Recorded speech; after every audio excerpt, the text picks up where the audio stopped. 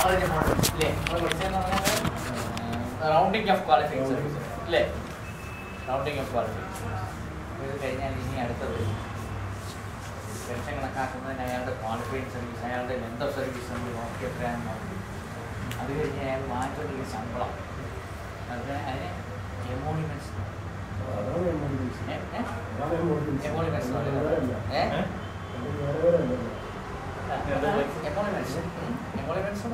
കിട്ടിക്കൊണ്ടിരിക്കുന്ന ശമ്പളം എത്രയാണെന്നുള്ളത്. ആ ശമ്പളത്തിനെ ആശ്രയിച്ചാണ് നമ്മൾ എന്ത് ചെയ്യുന്നതെന്ന് പറഞ്ഞാൽ പെൻഷൻ കണക്കാക്കുന്നത്. അപ്പം അങ്ങനെ എമോളിമെന്റ്സ് എന്ന് പറഞ്ഞാൽ എന്തൊക്കെയാണ്? എമോളിമെന്റ്സിനകത്ത് എന്തെല്ലാം ഉൾപ്പെടും? എമോളിമെന്റ്സ് ഇൻക്ലൂഡ്സ് ബേസിക് അടിസ്ഥാന ശമ്പളം, ബേസിക്, പിന്നെ അത് കൂടാതെ സ്പെഷ്യൽ പേ ഉണ്ടെങ്കിൽ അത് സ്പെഷ്യൽ പേ, പിന്നെ കിട്ടുന്നത് പേഴ്സണൽ പേ. പേഴ്സണൽ പേഴ്സണൽ പേ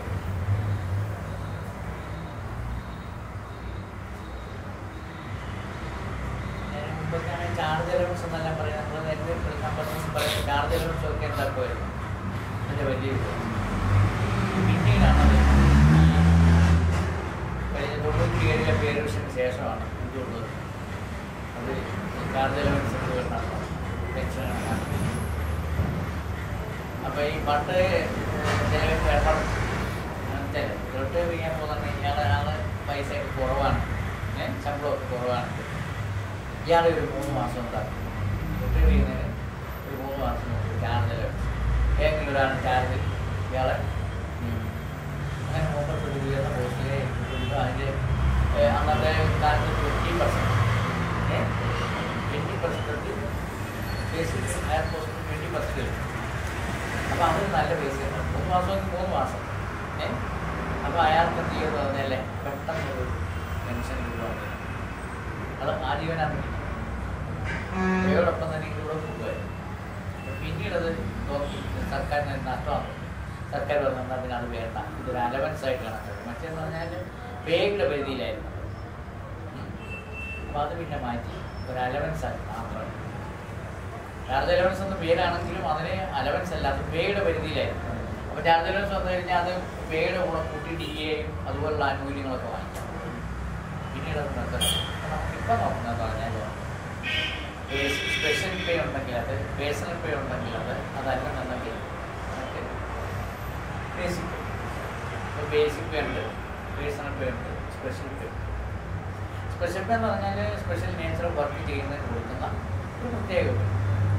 ഇപ്പം നമുക്ക് എന്ന് പറഞ്ഞാൽ ഇപ്പം ഒരു മെഡിക്കൽ ഓഫീസറാണ് കഴിഞ്ഞ പ്രാവശ്യം സ്കെയിൽ തന്നില്ല, ഇത് പുതിയ സ്കെയിൽ തന്നില്ല. അപ്പോൾ എന്ത് ചെയ്യുമെന്ന് പറഞ്ഞാൽ ഒരു 340 രൂപ സ്പെഷ്യൽ പേ കൊടുത്തു.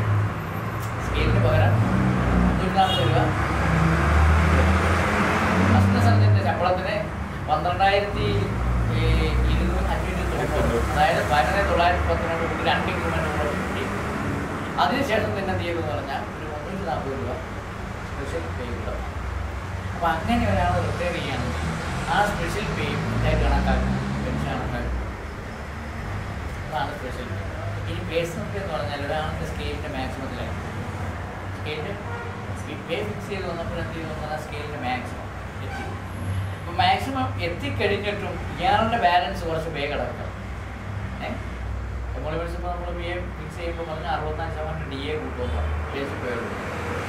പിന്നെ 10% എന്ത് ചെയ്തു എന്ന് പറഞ്ഞാൽ ഫിറ്റ്മെൻറ്റ് ബെനിഫിറ്റ് എന്ന് പറഞ്ഞാൽ 10% കൊടുക്കും. പിന്നെ അഡീഷണലായിട്ട് അയാളുടെ സർവീസ് വെയിറ്റേജ് എന്ന് പറയുന്നത് ഒരു വർഷത്തിന് 1% വെച്ച് കൂട്ടി, അങ്ങനെ പരമാവധി 15%. അപ്പോൾ ഇതെല്ലാം കൂടെ കൂട്ടുമ്പോൾ കൂട്ടി കിട്ടുന്ന തുക അയാളുടെ സ്കെയിലിൻ്റെ മാക്സിമത്തേക്കാൾ കൂടുതലുണ്ടെങ്കിൽ ഇയാളുടെ പേ ഫിക്സ് ചെയ്ത മാക്സിമത്തിലേക്ക്, മാക്സിമം കഴിഞ്ഞ് പിന്നീട് വരുന്ന തുക പേഴ്സണൽ പേ എന്ന് പറയും. അപ്പോൾ അങ്ങനെ വരുന്ന തുകകൾ ഇത് 3 ചേരുന്നതാണ് യഥാർത്ഥത്തിൽ എമോളിമെൻറ്റ്സ് എന്ന് പറയുന്നത്. ഈ എമോളിമെൻറ്റ്സ് അയാൾ റിട്ടയർ ചെയ്യുന്ന മാസത്തിൻ്റെ തൊട്ട് പിന്നിലേക്കുള്ള 10 മാസത്തെ തുക ഒന്നായിട്ട് അതിനെ 10 കൊണ്ട് ഹരിച്ചാൽ കിട്ടുന്ന തുകയായിരിക്കും ആവറേജ്. റിട്ടയർ ചെയ്യുന്നതിന് 10 മാസത്തിന് പിന്നിലേക്ക് പല റേറ്റിൽ പേ ആയിരിക്കും. അപ്പോൾ എന്തുകൊണ്ടാണ് നമുക്കൊരു ഇൻക്രിമെൻറ്റ് കിട്ടാനുണ്ടാവും. റിട്ടയർ ചെയ്യുന്നതിന് 2 മാസം മുമ്പ് ഒരു ഇൻക്രിമെൻറ്റ്, അതല്ലെങ്കിൽ റിട്ടയർ ചെയ്യുന്നതിന് 2 മാസത്തിന് മുമ്പായപ്പോൾ നമുക്കൊരു പ്രൊമോഷൻ വന്നു, അപ്പോഴും പേ മാറി. അപ്പം അങ്ങനെ പല കാലഘട്ടങ്ങളിലായിട്ട് ഇയാളുടെ ശമ്പളത്തിലുണ്ടാകുന്ന വേരിയേഷൻസിൻ്റെ ആവറേജ് എടുക്കും. ആ ആവറേജ് എടുക്കുന്നതിന് അയാൾ റിട്ടയർ ചെയ്യുന്ന മാസം മുതൽ പിന്നിലേക്കുള്ള 10 മാസം, അതിനെയാണ് ആവറേജ് എമോളിമെൻറ്റ്സ്. അപ്പം നമുക്കിത് average emoluments means average of 10 months emoluments നമ്മൾ നേരത്തെ പറഞ്ഞത് സ്പെഷ്യൽ പേയും പേയും ഒക്കെ കൂടെ ചേരുന്നത് emoluments drone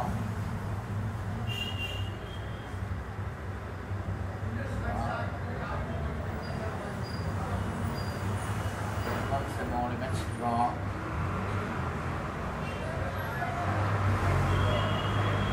preceding 10 months, preceding 10 months, preceding 10 months from the date of retirement, preceding 10 months from the date of retirement.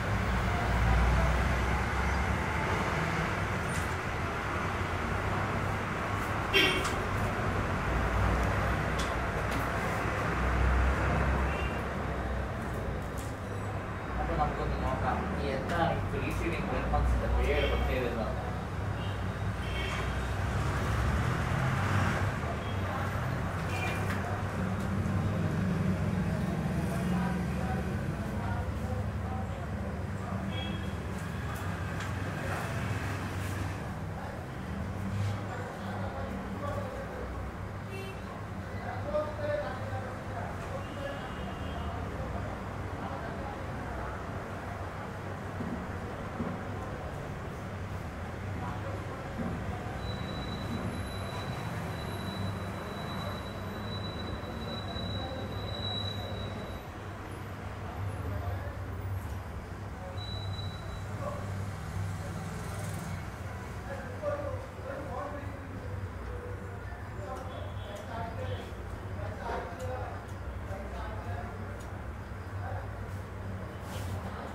Retirement സാധാരണഗതിയിൽ എല്ലാവരും 31/3 ഒരു മാസത്തിന് 31. ഇപ്പം ഈ ഒരാളുടെ 56 ഡേറ്റ് ഓഫ് ബർത്തുകാരനാണെന്നുണ്ടെങ്കിൽ അയാൾ റിട്ടയർ ചെയ്യേണ്ടത് 31/3/2012. അപ്പോൾ അയാളുടെ ആവറേജ് എമോളിമെൻറ്റ്സ് എങ്ങനെ കണക്കാക്കും? 31/3/2012 ബാക്കിലേക്ക് 10 മാസം എടുക്കാം. അപ്പൊ 2/1/12/2011 അല്ലേ? 11, 10, 9, 8, 7, 6. ഇപ്പൊ ചുരുക്കം പറഞ്ഞല്ലേ 1/6/2010 മുതൽ 31/3/2012 വരെയുള്ള പീരീഡിൽ അയാൾ വാങ്ങിച്ച ശമ്പളമാണ് എടുക്കുന്നത്. ഈ 10 മാസത്തിനുള്ളിൽ ചില മാസങ്ങളിൽ ഫുൾ പേ കിട്ടാതിരിക്കും, half pay leave salary, half pay leave salary. അപ്പോൾ ആവറേജ് എമോളിമെൻറ്റ്സ് കണ്ടെത്തി ഇയാൾക്ക് പെൻഷൻ കൊടുക്കണമെന്നുണ്ടെങ്കിൽ അയാൾക്ക് കിട്ടുന്ന അയാളുടെ ബേസിക് പേ ആണ് എടുക്കുന്നത്. ഹാഫ് പേ ആണെന്നുണ്ടെങ്കിൽ 10 പേ ലീവ് ഉണ്ടാകും. 2 മാസം അയാൾ ഹാഫ് പേ ശമ്പളം കുറഞ്ഞു. അപ്പം ഹാഫ് പേ ലീവ് സാലറിയാണ് അയാൾ വാങ്ങിക്കുന്നതെങ്കിൽ ഈ 10 മാസത്തിനുള്ളിൽ ഹാഫ് പേ ആണുള്ളതെങ്കിൽ അയാൾക്ക് ഫുൾ പേ എത്ര കിട്ടുമായിരുന്നോ അത്രയും പേ കൊടുക്കും. അയാൾക്ക് ഫുൾ പേ എത്ര കിട്ടുമായിരുന്നോ അത് കൊടുക്കും. അതല്ല 2 മാസം ലോസ് ഓഫ് പേ ലീവ് എടുക്കും. മറ്റു ലീവൊന്നും ഇല്ല, എനിക്ക് മൊബൈൽ ലീവ് 2 മാസം ലോസ് ഓഫ് പേ എടുക്കും. അപ്പോൾ 2 മാസം ലോസ് ഓഫ് പേ എടുത്താൽ അന്ന് അയാൾക്ക് ഫുൾ പേ എത്ര കിട്ടുമായിരുന്നോ എന്നല്ല കണക്കാക്കുന്നത്. പിന്നെയോ 2 മാസം കൂടെ പിന്നിലേക്ക് പോകും. ലോസ് ഓഫ് പേ ആണെന്നുണ്ടെങ്കിൽ അത്രയും പീരീഡ് കൂടി പിന്നെയും ബാക്കിലേക്ക് പോകും. അതല്ല ഹാഫ് പേ ലീവോ മറ്റു ലീവുകളൊക്കെ ആണെന്നുണ്ടെങ്കിൽ അയാൾക്ക് ഫുൾ പേ എത്ര കിട്ടുമായിരുന്നോ അത്രയും തന്നെ കൊടുക്കും. അപ്പോൾ ഇങ്ങനെയുള്ള 10 മാസത്തെ ആവറേജ് എമോളിമെൻറ്റ്സ് എടുക്കുമ്പോൾ നമ്മൾ നോക്കണം ഇയാൾക്ക് ഏതെങ്കിലും ലീവോ ലോസ് ഓഫ് പേ ഏതെങ്കിലും ഉണ്ടോ. അങ്ങനെ കഴിഞ്ഞ് പ്രാവശ്യത്തിന് അതിൻ്റെ പ്രഥമ പ്രാവശ്യത്തെ ക്വസ്റ്റ്യൻ ഉണ്ടായിരുന്നു. ആവറേജ് മോളിമെൻറ്റ്സ് കണക്കാക്കുമ്പോൾ ലാസ്റ്റിലെ 2 മാസം സസ്പെൻഷനിലായിരുന്നു അവസാനം. അപ്പം അവസാനം സസ്പെൻഷനിലായിരുന്നാലും എന്ത് ചെയ്യും, അന്ന് വെയില്ല. അപ്പം അന്ന് നമ്മൾ പലരും എടുത്തതെന്ന് പറഞ്ഞാൽ ഹാഫ് പേ ലീവ് സാലറി അല്ലേ ഇല്ലേ, സസ്പെൻഷൻ കൊടുക്കുന്നത് എത്രയാണ്? Half pay leave. അപ്പോൾ നമ്മൾ പഠിച്ചിരിക്കുന്ന ഹാഫ് പേ ലീവ് എന്ന് പറഞ്ഞ സാലറി ആണെന്നുണ്ടെങ്കിൽ ഫുൾ പേ ആയിട്ട് എടുക്കുന്നു. സസ്പെൻഷൻ ആ പീരീഡ് എന്തെങ്കിലും മുതൽ കണക്കാക്കുന്നില്ല. അപ്പോൾ ആവറേജ് മോളിമെൻറ്റ്സ് എടുക്കുമ്പോൾ കുറേ കൂടെ ബാക്കിലേക്ക്. അപ്പം അങ്ങനെ നമുക്ക് നമ്മളോട് ചോദിക്കാം. അപ്പം സസ്പെൻഷൻ വന്നു കഴിഞ്ഞാൽ അത്രയും പീരീഡ് എഗെയിൻ ബാക്കിലേക്ക് പോകും. ലോസ് ഓഫ് പേ എടുക്കുകയാണെന്നുണ്ടെങ്കിൽ ആ ലോസ് ഓഫ് പേ പീരീഡ് എത്രയാണെന്ന് നോക്കി 2 or 3 മാസമാണെങ്കിൽ അത്രയും മാസം കൂടെ വീട്ടിലേക്ക് എടുക്കണം. ലീവ് ഒന്നും എടുക്കുമ്പോൾ കൃത്യം മാസമായിക്കില്ല, അത് ഒരു മാസം 15 തൊട്ട് അടുത്ത മാസം 15 വരെയാണെന്നുണ്ടെങ്കിൽ അങ്ങനെ നമ്മൾ കണക്കൂട്ടി എടുക്കും. അപ്പം അല്ല അതിപ്പം 15 ദിവസത്തേക്ക് ഹാഫ് പേ ലീവ് എടുക്കുകയാണെന്നുണ്ടെങ്കിൽ ഫുൾ പേ ആയിട്ട് കണക്കാക്കുകയാണെങ്കിൽ നമ്മുടെ പിന്നെ വേറെ പ്രശ്നങ്ങളൊന്നും ഇല്ലല്ലോ. ഇയാൾ 15-ാം തീയതി മുതൽ അടുത്ത 15 വരെ എടുത്തുകൊണ്ടിരിക്കട്ടെ. അപ്പം അങ്ങനെ വരുന്ന സാഹചര്യത്തിൽ അയാൾ ഹാഫ് പേ ലീവ് സാലറിയാണ് എടുക്കുന്നതെങ്കിൽ അതിന് ഫുൾ പേ എത്ര കിട്ടുമായിരുന്നു എന്ന് പറഞ്ഞു കഴിഞ്ഞാൽ പേയ്ക്ക് വ്യത്യാസം വരുന്നില്ല. അതേസമയം ഒരു 15 ദിവസം ലോസ് ഓഫ് പേ വരികയാണെന്നിരിക്കട്ടെ, വെറും 15 ദിവസം അയാൾ ലോസ് ഓഫ് പേ എടുക്കും. അപ്പോൾ പിന്നിലേക്കുള്ള 15 ദിവസത്തേക്കുള്ള അതിനിപ്പുറത്ത് 15 ദിവസം ഫുൾ പേ ആയിരിക്കും. അപ്പം അങ്ങനെ ആയിരിക്കും നമുക്ക് കണക്ട് ചെയ്യുമ്പോൾ അതുപോലുള്ള ഒരെണ്ണം ചെയ്യാം. എന്നാലും നമുക്ക് ഇതാണ് ആവറേജ് മോളിമെൻറ്റ്സ് കണക്കാക്കുമ്പോൾ അയാൾ റിട്ടയർ ചെയ്യുന്ന മാസം പിന്നിലേക്ക് 10 മാസം അയാൾ വാങ്ങിച്ചു കൊണ്ടിരിക്കുന്ന ശമ്പളത്തിൻ്റെ കണക്കുകളെല്ലാം എഴുതി കൂട്ടും. അങ്ങനെ കണക്കാക്കുമ്പോൾ ഹാഫ് പേ ഉണ്ടെന്നുണ്ടെങ്കിൽ അയാൾക്ക് ഫുൾ പേ എത്ര കിട്ടുമായിരുന്നു അവർ. സസ്പെൻഷൻ ഉണ്ടെങ്കിൽ അത്രയും പീരീഡ്, സസ്പെൻഷൻ പീരീഡ് അത്രയും പിന്നെയും ബാക്കിലേക്ക്. അതല്ല ലോസ് ഓഫ് പേ ആണെന്നുണ്ടെങ്കിൽ അത്രയും പീരീഡ് വീണ്ടും ബാക്കിലേക്ക്. അപ്പോൾ നമുക്ക് ഇതിനകത്ത് നോക്കിയാൽ ഇയാൾ ഇവിടെ 2 മാസം, ഈ 2 മാസം 10, 11 ലോസ് ഓഫ് പേ ആണെങ്കിൽ LWA ആണെന്നുണ്ടെങ്കിൽ 5, 4 കൊടുക്കും. അപ്പോൾ ഒരു 3 മാസം സസ്പെൻഷൻ ആയിരുന്നെങ്കിലോ ഇത്രയും 3 മാസം സസ്പെൻഷനായി. സസ്പെൻഷനായി പിന്നെയും 1 മാസം കൂടെ കൊണ്ടുപോയി 4 കഴിഞ്ഞ് 3 ആയി. അങ്ങനെ ബാക്കിലേക്ക് പോകും. അപ്പോൾ ആ പീരീഡ് മുതൽ പിന്നീട് വാങ്ങിച്ച ശമ്പളത്തെ കുറിച്ചായിരിക്കും നമ്മൾ ആവറേജ് മോളിമെൻറ്റ്സ് കണക്കാക്കുന്നത്. അങ്ങനെ ആവറേജ് മോളിമെൻറ്റ്സ് കണക്കാക്കുമ്പോൾ നമ്മൾ 15 ദിവസം അല്ലെങ്കിൽ 12 ദിവസമൊക്കെ ലീവും ഒക്കെ ഉണ്ടായിരുന്നു എന്ന് പറഞ്ഞിരിക്കട്ടെ. അപ്പോൾ അങ്ങനെ കണക്ക് കൂട്ടിയെടുക്കുന്നത് ചില മാസത്തിന് 30 മാസവും 31 ദിവസമുള്ള മാസങ്ങളൊക്കെ വരും. അപ്പോൾ ലീവ് സാലറി കണക്കാക്കുമ്പോൾ ചില പൈസയൊക്കെ വരാം, ചില പൈസ വരുന്നുണ്ടാകും. അങ്ങനെ ചില പൈസ വരികയാണെന്നുണ്ടെങ്കിൽ എന്ത് ചെയ്യും, ആ ചില്ലറയെല്ലാം കൂടെ കൂട്ടി വരുന്ന പൈസ റൗണ്ട് ചെയ്യാൻ പാടില്ല. റൗണ്ട് ചെയ്യാൻ പാടില്ല. 50 പൈസയിൽ കൂടുതലുണ്ട്, അതുകൊണ്ട് ഒഴിവാക്കാം എത്രയായിരിക്കണ്ട. ചില്ലറ എത്ര പൈസ ഉണ്ട് അതേപോലെ തന്നെ അതെല്ലാം കൊണ്ട് എഴുതി കൂട്ടി അതിൻ്റെ ടോട്ടൽ എടുത്ത് 10 മാസത്തെ ഈ ടോട്ടൽ എടുത്ത് ഇതിനെ 10 കൊണ്ട് ഹരിച്ചു. അപ്പോൾ ഈ ടോട്ടൽ എല്ലാം കൂടെ ഇവിടെ പറഞ്ഞോണ്ട് അയാൾക്ക് ഇവിടെ 6-ാം മാസം വരെ തുടങ്ങാനിരിക്കട്ടെ. അപ്പോൾ 6-ാം മാസത്തിലെ ശമ്പളം 20,700. ഇവിടെ അത് 20,700 ഇവിടെ ഇങ്ങനെ വന്ന് 9. 10-ാം മാസം ആയപ്പോൾ ഇയാൾക്ക് ഒരു 650 രൂപയുടെ കൂടി അല്ലെ 21,200 ആയിട്ട് 1,200. അങ്ങനെ 10-ാം മാസം ഇത് ഇൻക്രിമെന്റ് ആണ്. ഇത് ഇൻക്രിമെന്റ് 11, 12, 12 1-ാം മാസമായ പ്രൊമോട്ടർ. അപ്പൊ അവിടെ 22,200. അപ്പൊ ഇവിടെ 22,200 ലാസ്റ്റിലും 22,200. അപ്പൊ ഇയാൾ ആവറേജ് മോളിമെൻറ്റ്സ് എടുക്കുമ്പോൾ 20,700 പ്രകാരം 4 മാസം, പിന്നെ 21,200 മാസം വെച്ച് 7 മാസമാണ്. പിന്നെയാണെന്നുണ്ടെങ്കിൽ 22,200 പ്രകാരം 3 മാസം. അപ്പൊ അതെല്ലാം കൂടെ കൂട്ടുന്നതായിരിക്കും ഇയാളുടെ ആവറേജ്. ഇയാൾക്ക് വരുന്ന ആവറേജ് മോളിമെൻറ്റ്സ് നമുക്ക് നോക്കാം. 22,200 ഇൻറ്റു 3, 21,200 ഇൻറ്റു അതും 3 തന്നെ, 20,700 ഇൻറ്റു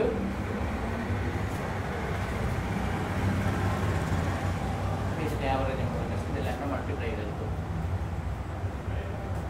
22,200 എന്ന് പറയുമ്പോൾ 6 66. അപ്പോൾ ഇവിടെ വന്ന്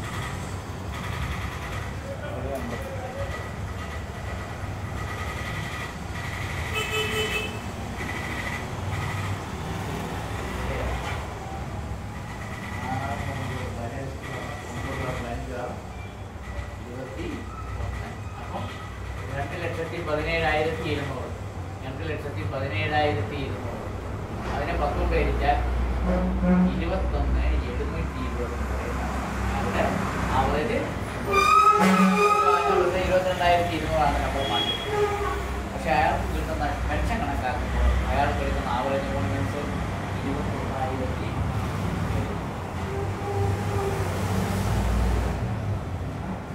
ഇങ്ങനെ 10 മാസം കിട്ടുന്ന സംഖ്യകളെല്ലാം കൂടെ കൂട്ടി അതിൻ്റെ 10 എടുക്കാൻ ആവറേജ് മോണിമെന്റ്സ് ആണ്. അപ്പോൾ ഇവിടെ വന്നപ്പോൾ ഇയാളെ ഇതെല്ലാം കൂടെ കണക്ക് കൂട്ടിയപ്പോൾ 22,000.35 എന്ന് പറഞ്ഞ പൈസ ഉണ്ട്. അപ്പോൾ ഇതിനെ ഹരിച്ചപ്പോൾ എന്ന് പറഞ്ഞാൽ 21,700.03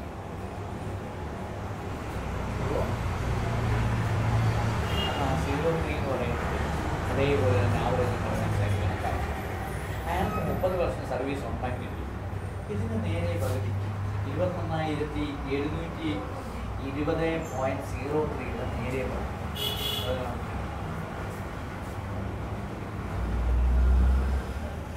10, 8, 6, 3, 0, 35 പറഞ്ഞപ്പോൾ 10,863.01 എന്ന് പറഞ്ഞാൽ എത്രയാണ്? 1.5 പൈസ അല്ലേ?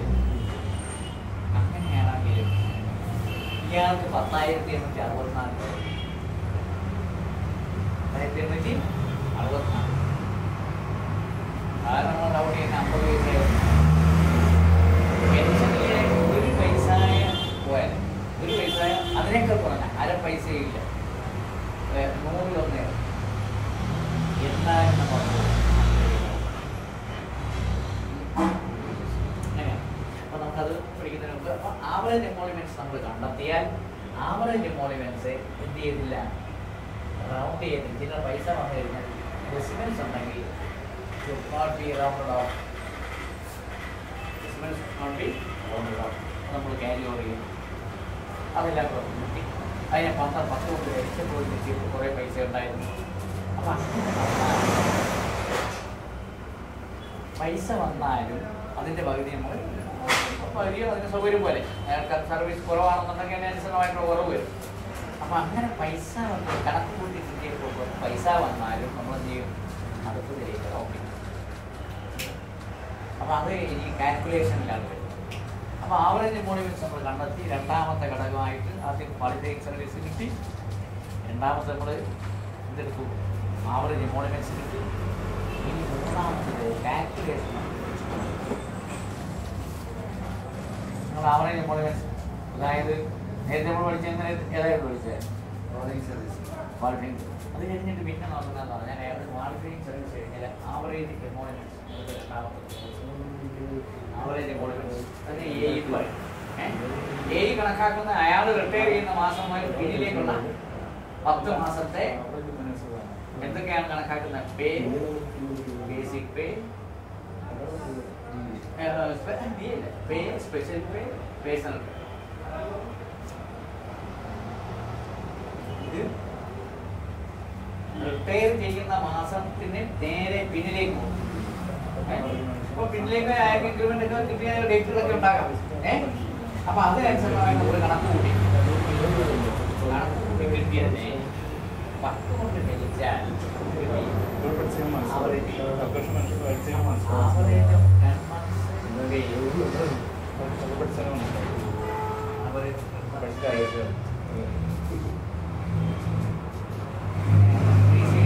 സാലറിയാണ്. Preceding 10 months salary, preceding 10 months salary, rate of retirement,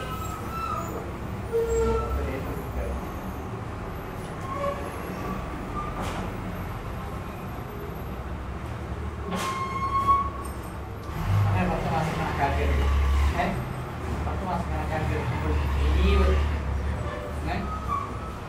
അത് റിട്ടയർ ചെയ്യുന്ന 2 മാസം മുമ്പ് ഹാഫ് പേ ലീവ് ഉണ്ട്. അതാണ് പിന്നെ അത് മുഴുവൻ എടുക്കാൻ പറ്റും. ഹാഫ് പേ ലീവ് എടുത്താൽ ഫുൾ പേ എത്ര കിട്ടുമായിരുന്നു? അത്രയും ഹാഫ് പേ ആണെന്നുണ്ടെങ്കിൽ ഹാഫ് പേ ലീവ് സാലറി ആണെന്നുണ്ടെങ്കിൽ ഫുൾ പേ എത്ര കിട്ടുമായിരുന്നു? അത്രയും അല്ല, അത്രയായിട്ട് കണക്കാക്കും. കൺസിഡർ ഫുൾ പേ. ഹാഫ് പേ ലീവ് ആണെന്നുണ്ടെങ്കിൽ ഫുൾ പേ ലീവായി കിടക്കുക. അതായത് ലീവ് പോലെ കണക്കാക്കി. ഇനി അയാൾ 2 മാസം ലോസ് ഓഫ് പേ ഉണ്ടായിരുന്നു എന്നിരിക്കട്ടെ. റിട്ടയർ ചെയ്യുന്ന ഡേറ്റ് മുതൽ വീട്ടിലേക്ക് എടുത്തപ്പോൾ 10 മാസം കാലം കണക്കൂട്ടി എടുക്കും. ഇപ്പോൾ 2 മാസം തൊട്ട് 30 ലീവാണ്, ലോസ് ഓഫ് പേ ലീവാണ്, വേറെ ലീവൊന്നും ഇല്ലാതിരുന്നത്. അപ്പം അങ്ങനെയാണെന്നുണ്ടെങ്കിൽ ആ 2 മാസത്തെ ശമ്പളം ഇല്ലാത്തതിന് പകരമായിട്ട് പിന്നീട് ഞാൻ ബാക്കിലേക്ക് എടുത്തു. അപ്പം ഈ loss of pay during this 10 months equal period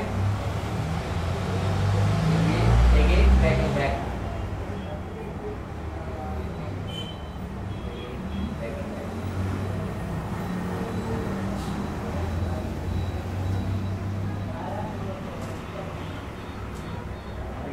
suspension ആയ ഇതേപോലെ ഇത്രയും പീരീഡ് തന്നെ എത്ര സസ്പെൻഷൻ പീരീഡ് ഉണ്ടോ അത്രയും പീരീഡ് കൂടെ ബാക്കിലേക്ക് തന്നെ എടുക്കും. മാത്രമല്ല ഇങ്ങനെ കണക്ക് കൂട്ടുന്ന ആവറേജ് മൂല്യം ഇതിന് പൈസ ഉണ്ടെങ്കിൽ റൗണ്ട് ചെയ്യാൻ പാടില്ല. റൗണ്ടിങ് ഓഫ് ഡെസിമൽസ്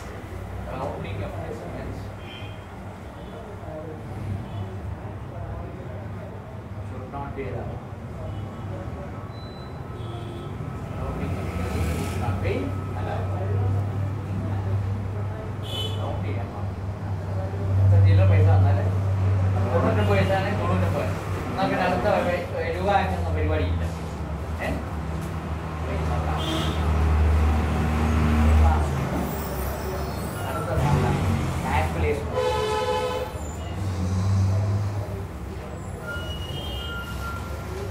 അപ്പോൾ പെൻഷന് നമ്മൾ നേരത്തെ എടുത്തിരിക്കുന്ന ഈ ക്വാളിഫയിങ് സർവീസ് എന്ന് പറയും unit of qualifying service for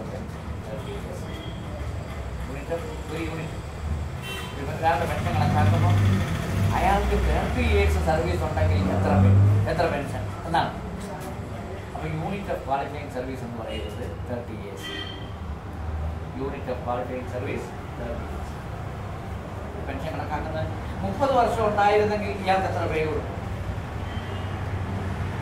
30 വർഷത്തിന് unit of qualifying service 30 years. For 30 years AE/2 pension എന്ന് പറയുന്നത് for 30 years pension divided by 2 for 30 years pension is equal to AE/2. മനസ്സിലായി? അതുകൊണ്ടാണ് ആൾക്കാർ പറയുന്നത് അയാൾക്ക് എന്ത് ചെയ്തു അവസാനമായി ശമ്പളത്തിൻ്റെ പകുതി പകുതി പെൻഷൻ കിട്ടും.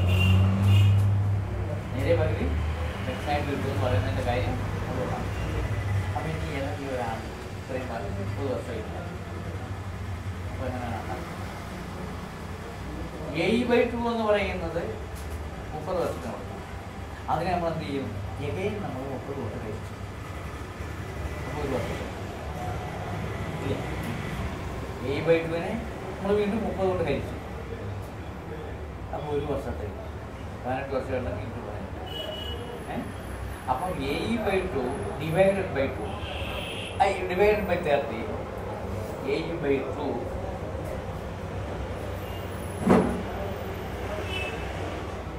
AE/2 divided by 30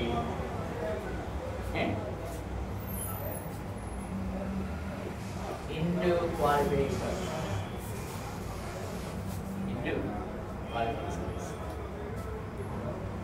അപ്പോൾ ഇനി നമ്മൾ വീണ്ടും നമ്മൾ എന്ത് ചെയ്യുക, കുറച്ചുകൂടെ സിംപ്ലിഫൈ ചെയ്താൽ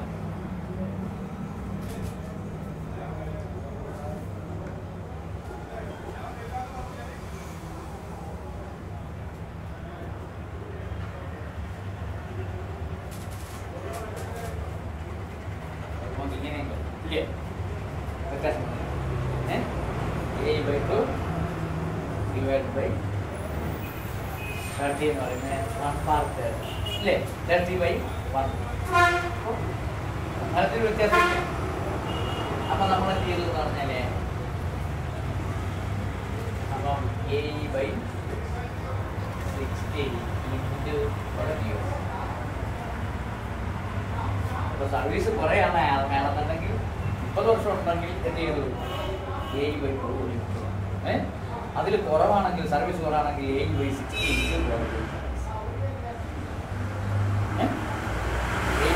ഇൻറ്റു ക്വാളിഫൈങ് സർവീസസ് അങ്ങനെ ഓടിക്കും. അത് അല്ലെങ്കിൽ നമ്മൾ അതിനേക്കാൾ ഈ പറഞ്ഞ കണക്കൊന്നും നൂലാമാരി ഒന്നും വേണ്ട. നമ്മൾ 30 വർഷം സർവീസ് ഉള്ള ആൾ നമുക്ക് ആവറേജ് മോണിമെന്റ് നമുക്ക് 21,726.03 കിട്ടി. അതിനെ 2 കൊണ്ട് ഹരിച്ചപ്പോൾ നമുക്ക് എത്ര കിട്ടി? 10,000 നമ്മൾ 10 8 6 3.01 ഇല്ലേ? അതിനെ റൗണ്ട് ചെയ്ത് 10,804 രൂപ. ഇത്ര മാസത്തെ 30 വർഷം, ഒരു വർഷത്താണ് എന്നെ 30 രൂപ. അപ്പൊ ഇതിനെ 10,804 ഡിവൈഡഡ് ബൈ 30. അപ്പൊ ഒരു വർഷത്തെ ഇതിന് നമുക്ക് എത്ര ക്വാളിഫൈ ചെയ്തിട്ടുണ്ട് അത്രയും. നമ്മുടെ ഈ 60 മറ്റേതൊന്നും നമ്മൾ തലവേദന ഉണ്ടാക്കി. പെൻഷൻ നമ്മൾ ആദ്യം കണക്കൂട്ടി. പെൻഷൻ കണക്കാക്കുന്ന A/2 എന്തുകൊണ്ടാണ്? 30 വർഷത്തിനാണ് പെൻഷൻ കൊടുക്കുന്നത്. അപ്പോൾ 30 വർഷം ഉണ്ടായിരുന്നു എങ്കിൽ ഇയാൾക്ക് എത്ര കിട്ടും? അപ്പോൾ അങ്ങനെയാണെന്നുണ്ടെങ്കിൽ ആ പെൻഷനെ നമ്മൾ 30 കൊണ്ട് കഴിച്ചാൽ ഒരു വർഷത്തേക്കുള്ള പെൻഷൻ കിട്ടി ഇല്ലേ? ഒരു വർഷം സർവീസ് ഉണ്ടെങ്കിൽ മൂപ്പർക്ക് ഇത്ര കൊടുക്കും. അങ്ങനെ ടോട്ടൽ 18 വർഷമേ ഉള്ള സമയം 29 വർഷമാണെങ്കിൽ 12 കുടിച്ച് അല്ലെങ്കിൽ 29 വർഷമാണെങ്കിൽ 29, 25 ആണെങ്കിൽ 25, അങ്ങനെ അങ്ങോട്ട് മൾട്ടിപ്ലൈ ചെയ്തു. ആദ്യം പെൻഷൻ നമ്മൾ കണ്ടുപിടിച്ചു. അതിനെ നമ്മൾ പിന്നെ എന്ത് ചെയ്തു എന്ന് പറഞ്ഞു കഴിഞ്ഞാൽ 30 കൊണ്ട് കഴിച്ചു സർവീസ് കുറഞ്ഞാലേ കഴിയും. അപ്പൊ ഈ പെൻഷൻ നമ്മൾ ആദ്യം A/2 ഇത് ഷോർട്ട് കട്ട് തന്നെ എളുപ്പം ചെയ്യാവുന്നതുകൊണ്ടാണ് ഇങ്ങനെ നമ്മൾ A/60 ഇൻറ്റു ക്വാളിഫൈങ് സർവീസ് പറയുന്നത്. അപ്പൊ അതിനേക്കാളും നല്ല നമുക്ക് എനിക്ക് വന്ന് മറ്റേ സർവീസാണ്. 28 വർഷം മുതൽ താഴെയുള്ള ആർക്കും ഇത് പ്രാവർത്തികമാക്കാൻ പറ്റില്ല. 28 29 വർഷം ഒരു ദിവസം ഉണ്ടെങ്കിൽ മാത്രമേ നമ്മൾ എത്ര ആകത്തുള്ളൂ? 30 ആകത്തുള്ളൂ. ആ ഒരു ദിവസം ഇല്ലെന്നുണ്ടെങ്കിലോ 29. അപ്പൊ അത് ഇങ്ങനെ തന്നെ ചെയ്യും. 10 വർഷം സർവീസ് ഉള്ള ആളാണെങ്കിലും 12 വർഷം സർവീസ് ആണെങ്കിലും 30 വെച്ച് കാൽക്കുലേറ്റ് ചെയ്ത ആ എമൗണ്ട് വെച്ചിട്ടാണ് പിന്നെ കണക്ക് കൂട്ടുന്നത്. അപ്പൊ നമ്മൾ ഇതിനെ ഇത്രയും കണ്ടു കഴിഞ്ഞാൽ നമ്മൾ 10,804 രൂപ നമ്മൾ എന്ത് കൊടുക്കും? ഈ പറഞ്ഞ ആൾ 30 വർഷത്തിൽ പെൻഷൻ നമ്മൾ കണക്കൂട്ടി കൊടുക്കും. പക്ഷെ മൂപ്പർക്ക് 10 ഉള്ളതെന്നുണ്ടെങ്കിൽ 30 കൊണ്ട് കഴിച്ച് ഇൻറ്റു 10 അത്രയേ ഉള്ളൂ. അപ്പൊ അങ്ങനെ കണക്കൂട്ടി കൊടുക്കുമ്പോൾ മിനിമം 4,500 കുറയാൻ പാടില്ല.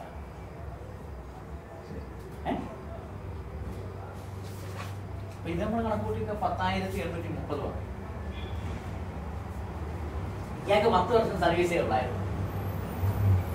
ഇൻറ്റു 10 അതായത് 10,804 divided by 3 3,601 point something. 3,602 point വന്നു കഴിഞ്ഞാൽ നമ്മൾ അടുത്തയിലേക്ക് റൗണ്ട് ചെയ്തു 3,602.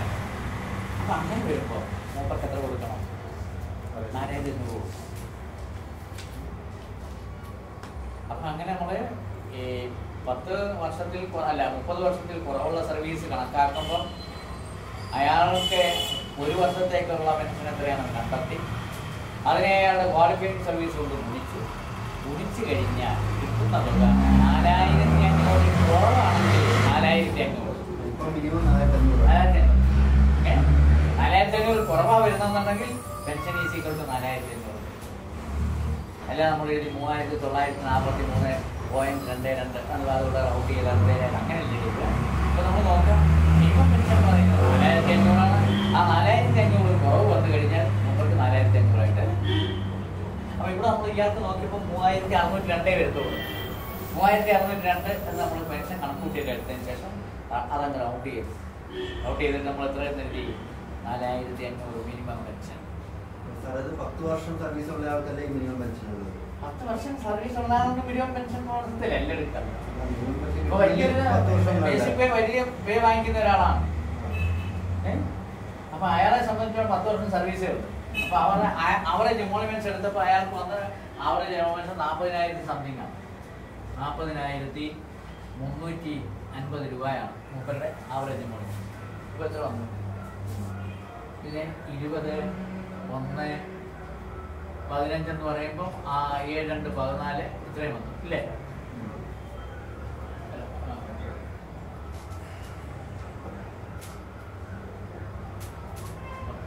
40, 17, 34, 5 20,175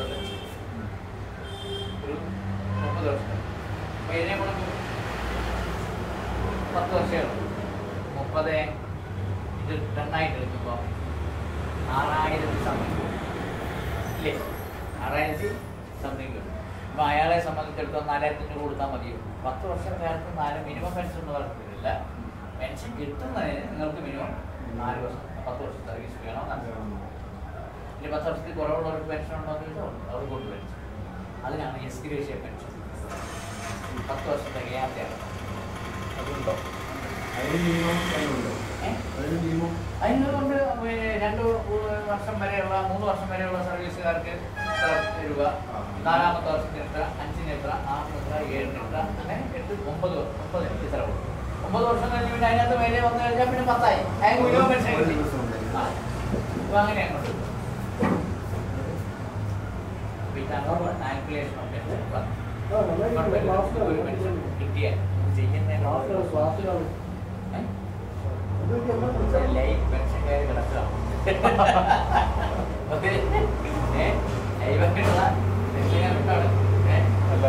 പെൻഷൻകാർ കണക്കൂട്ടി കൊടുക്കണോ? അതൊക്കെ ഏജ് കണക്കൂട്ടി തരൂല്ലേ? കണക്കൂട്ടി അയക്കണം. ഓഫീസ് സാങ്ഷനോട് കൂടി എത്തി അയക്കണം. പെൻഷൻ സാങ്ഷനിങ് അതോറിറ്റി ആണെങ്കിൽ അയാൾ തന്നെ ഇതെല്ലാം പാസ്സാക്കി അയച്ചു കൊടുക്കണം. എന്നിട്ടാണ് ഏജ് അത് പരിശോധിക്കുകയാണ് മൂപ്പര്. ഇവരെല്ലാം കണക്കൂട്ടി ശരിയാണോ? തെറ്റുണ്ടെന്നുണ്ടെങ്കിൽ എന്ത് ചെയ്യുന്നത് മൂപ്പരുടെ വകയിൽ അതെല്ലാം റൗണ്ട് ചെയ്തിട്ട് മൂപ്പര് പാസ്സാക്കി. പക്ഷെ നമ്മളാണ് ബാക്കിയുള്ള ഇതെല്ലാം ചെയ്യുന്നത്. പണ്ട് ഗസറ്റ് ഓഫീസർമാരുടെ ബില്ല് നമ്മൾ റിട്ടേൺ ചെയ്യുന്ന നമ്മുടെ വെള്ളത്തിലെല്ലാം നമ്മൾ നേരിട്ട് ഇടത്തേക്ക് ഏജ് കൊടുക്കാം. മൂപ്പര് വർക്കൗട്ട് ചെയ്തിട്ട് നേരെ നമ്മുടെ ഡിപ്പാർട്ട്മെന്റ് മേലധികാരിക്ക് ഒരു സാങ്ഷൻ കൊടുക്കും. അങ്ങനെയാണ് ചെയ്യുന്നത്. പെൻഷൻ സാങ്ഷൻ ആക്കി കൊടുത്താൽ ഏജ് നമുക്ക് പെൻഷൻ പുസ്തകം എല്ലാം കൂടെ ട്രഷറിയിലേക്ക് അയച്ചു. അതിപ്പോൾ അങ്ങനെ വന്നപ്പോഴത്തെ നമ്മൾ ഈ മാർച്ച് 31 എല്ലാം കൂടെ റിട്ടയർ ചെയ്യുന്ന കാരണത്തിൽ അവർക്ക് ഇത് നോക്കാൻ പിടിക്കാൻ സമയമില്ല. അവർ പറഞ്ഞ് നിങ്ങൾ അവൈലബിൾ ഡേറ്റ വെച്ച് എന്ത് ചെയ്തെന്ന് പറഞ്ഞാൽ പെൻഷൻ എല്ലാം കൂടെ കണക്കൂട്ടിക്കൊണ്ടായിരിക്കാം.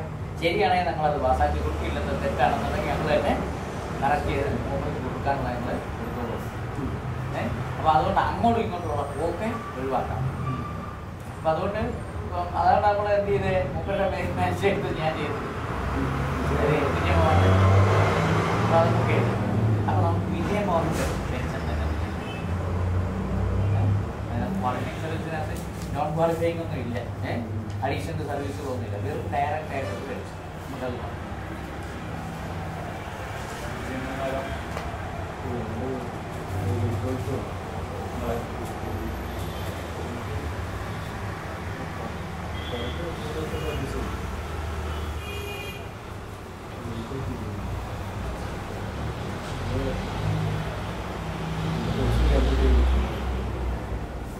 നമുക്ക് എഴുതാം.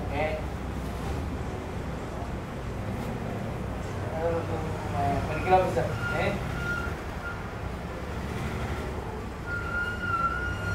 Company department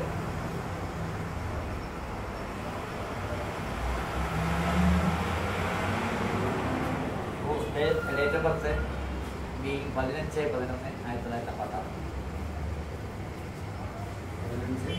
11/11/1956.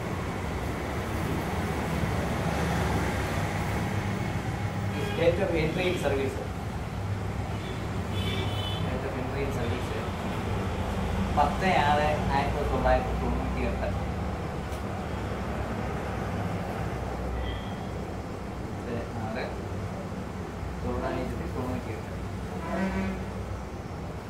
അടുത്തത് provisional service.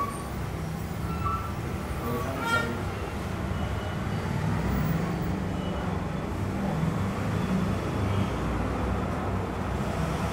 3 months. 3 months.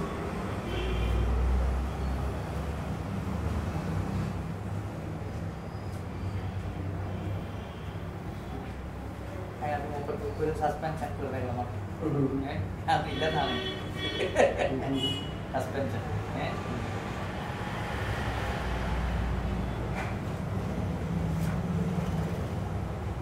1/1/2000 31/5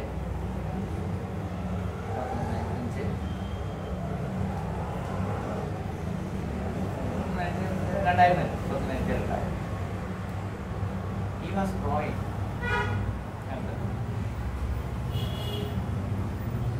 He was growing.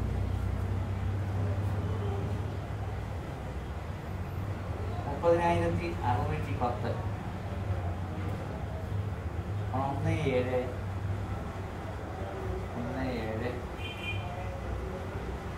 1/7/2010. Next increment do you want? 1/7/2010. 31/3/2010.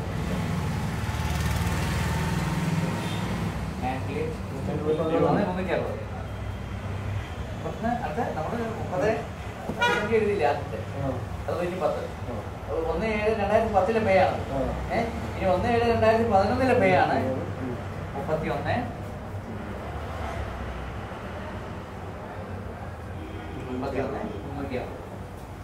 അപ്പോൾ കാൽക്കുലേറ്റ് പെൻഷൻ.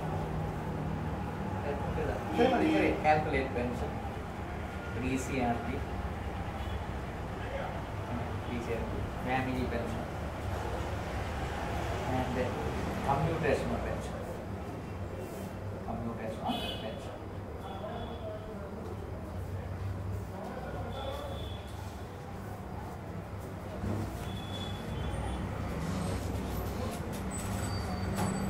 നമുക്ക് നോക്കാം. പെൻഷൻ മാത്രമേ പൈസ നമ്മളിപ്പോൾ പെൻഷൻ മാത്രമേ പഠിച്ചിട്ട്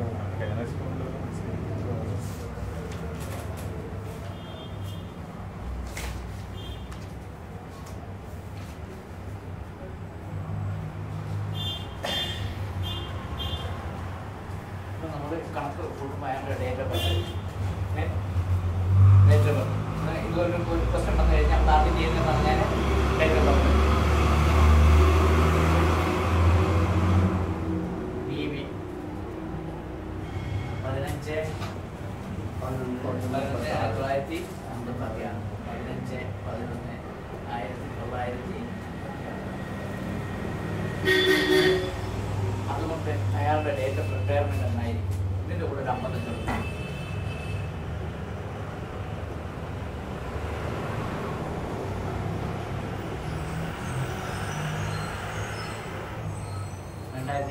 വരുന്നത് അല്ലേ?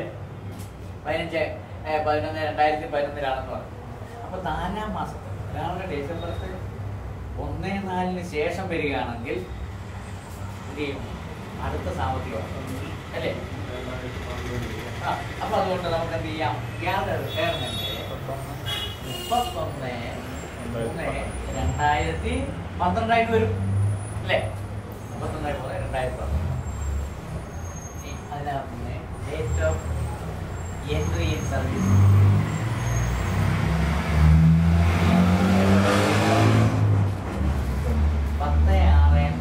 1900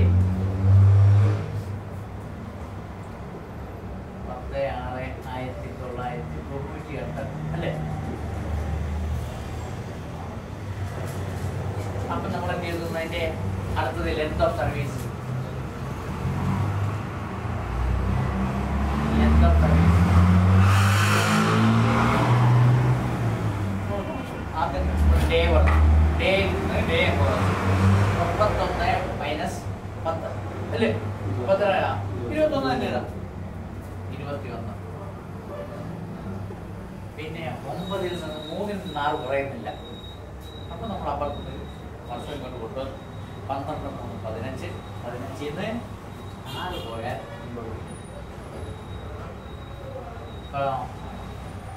ഇവിടെ ഒരു വർഷം കുറഞ്ഞു. അപ്പൊ 13 വർഷവും മുമ്പൊക്കെ എത്രയുള്ളൂ? 13 വർഷവും 9 മാസവും 21. അത് അയാളുടെ ലെങ്ത് ഓഫ് സർവീസ്. അതിനോട് കൂടി add addition to service. Additional ആയിട്ട് എന്താ അയാൾ പറഞ്ഞു കുറച്ച് പ്രൊഫഷണൽ സർവീസ് ഉണ്ടായിരുന്നു എന്ന് പറഞ്ഞാൽ നമുക്ക് കൂട്ടാം. Professional service add addition professional service 3 മാസമേ ഉള്ളപ്പോൾ. അപ്പൊ 21 12 എന്ന് പറയുമ്പോൾ ഒരു വർഷത്തിലേക്ക് കടന്നുപോയി. 14 ഇല്ലേ? 1.5 വർഷമായി. ഇനി less non qualifying service, less NQS suspension period. അതിനെ കുറിച്ചൊന്നും പറഞ്ഞിട്ടില്ല. സസ്പെൻഡ് ചെയ്തെന്ന് മാത്രമേ പറഞ്ഞിട്ടുള്ളൂ. സസ്പെൻഷൻ പീരീഡ് എലിജിബിൾ ലീവ് ആണെന്നെല്ലാം പറയുകയാണെന്നുണ്ടെങ്കിൽ മൂപ്പർക്ക് എന്ത് ചെയ്യാം? അത് നമുക്ക് വലിയ ഡ്യൂട്ടി ആയിട്ട് പരിഗണിക്കാമെന്ന് പറഞ്ഞിട്ടുണ്ടായിരുന്നെങ്കിൽ നമുക്കത് കണക്ക് കൂട്ടാമായിരുന്നു. ഇതൊന്നും പറയാത്ത സ്ഥിതിക്ക് നോൺ ക്വാളിഫൈ. അപ്പൊ അതുകൊണ്ട് 3 മാസം 5 മാസം. അപ്പൊ നമ്മൾ വീണ്ടും തുടച്ച് 25 7 21 7 13.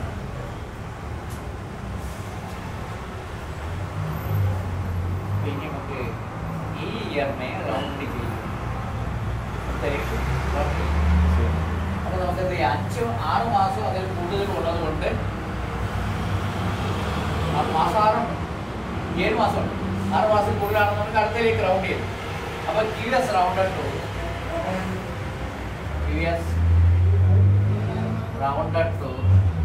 14 years. QS rounded to 14. 14 വർഷത്തെ സേവന ദൈർഘ്യം മുമ്പ് നമുക്ക്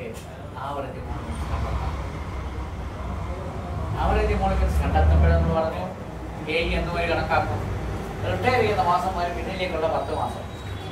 അപ്പൊ ഈ സസ്പെൻഷൻ പീരീഡ് 3 മാസം 5 മാസം ഉണ്ടെങ്കിൽ അതൊന്നും ഇതിനകത്ത് വരുന്നില്ല.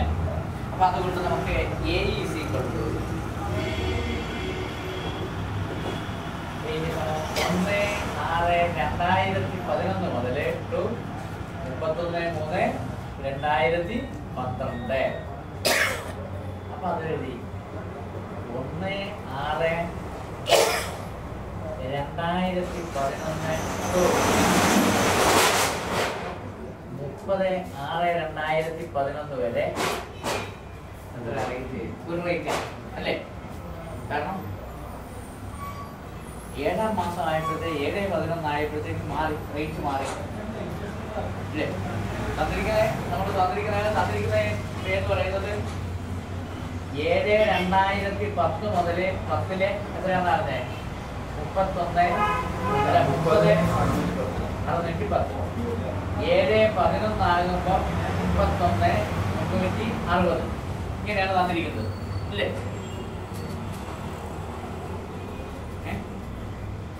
അതായത് 7/2010 മുതൽ 6/2011 വരെയുള്ള 12 മാസത്തേക്കായിട്ട് എത്രയുള്ളത്? 30,610. 7-ാം മാസം ആകുമ്പോഴേ പിന്നെ മാറുന്നു. അതുകൊണ്ടാണ് ഞാൻ എഴുതിയത് 1/6/2011 മുതൽ 30/6/2011 വരെ മുമ്പർക്ക് എന്തേ ഉണ്ടാകുള്ളൂ അല്ലേ? 30,610 സമം 1 × 30,610. ഇനി 1/7/2011 ടു 31/3/2012 വരെ 9 മാസം ഇൻറ്റു 31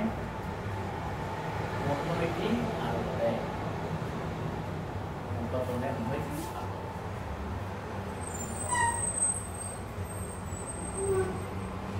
ശരിയായിരിക്കും. 10 മാസമായി.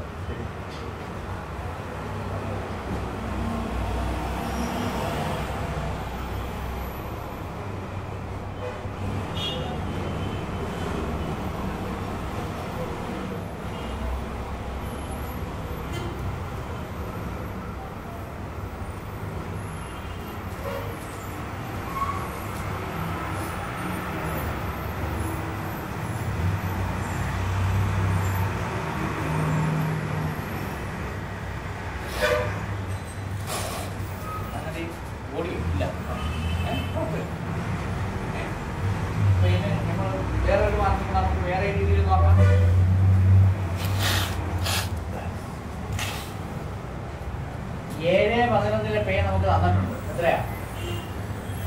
31,360 അല്ലേ? 8 അത് തന്നെ. 9, 10, 11, 12, 1, 2, 3.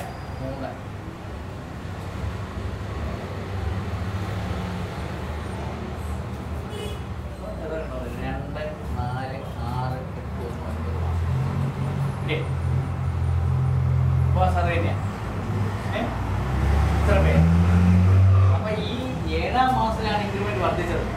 എത്രയായി? 31,60 അപ്പൊ അതിന് അപ്പുറത്തെ മാസത്തിൽ എത്രയായിരിക്കും? ഒരു ഇൻക്രിമെന്റ് കുറവായിരിക്കും അതിനേക്കാളും. അതാണ് 30,610 പറയുന്നത്. അപ്പൊ 6-ാം മാസത്തിൽ 6/2011 30,610.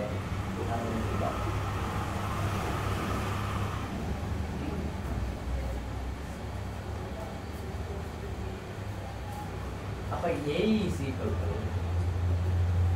മൾട്ടിപ്ലൈ ചെയ്ത 30,610 30,610 പിന്നെ 31,360 ഇൻറ്റു 9.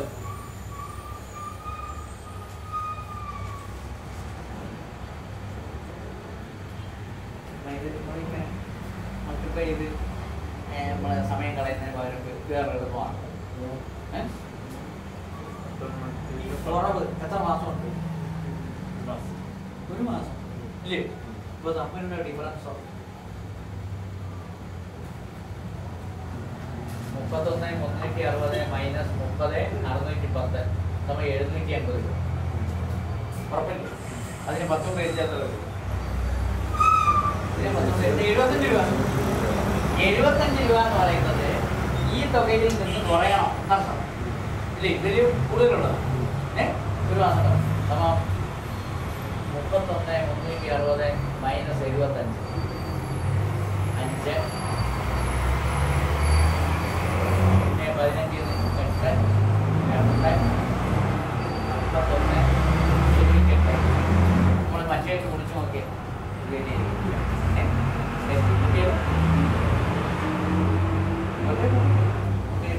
ശരിയാണ് നോക്കണ്ടേ? അപ്പം 31,360 ഇൻറ്റു 9 0 9,64 5 93 27 32 ലക്ഷം 3 9 12 1 27 1 28 പിന്നെ 30,610 0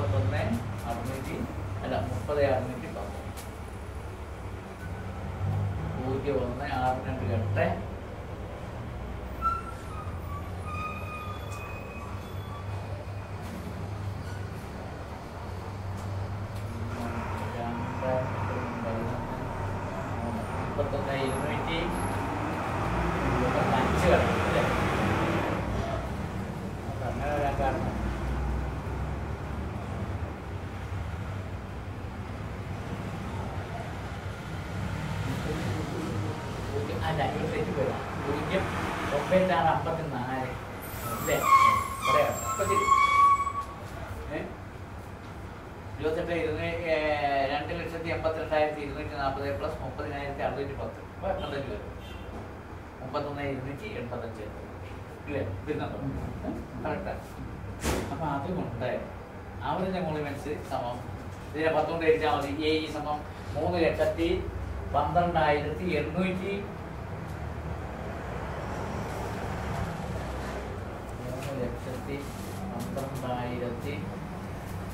3,12,850 സമം 3,31,285 ആവറേജ് എമോളിമെന്റ്സ്. അപ്പോൾ ഇതിനെ നേരെ വഴി pension is equal to A/2 ഇല്ലേ? 30 years ഉണ്ടെങ്കിലല്ലേ? അല്ല അപ്പം A/60 ഇൻറ്റു ക്വാളിഫൈഡ് സർവീസ് ആയാലും മതി, കുഴപ്പമില്ല.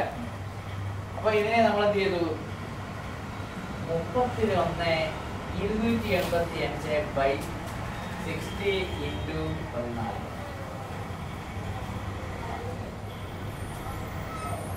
അപ്പോൾ ഇത് എനിക്കൊന്ന് മറ്റേതായിട്ട് കുറേ കൂടെ ലാഭം തോന്നുന്നുണ്ടല്ലോ. എനിക്കിത് ആദ്യത്തെ നമുക്കൊരു കാര്യം ചെയ്യാം.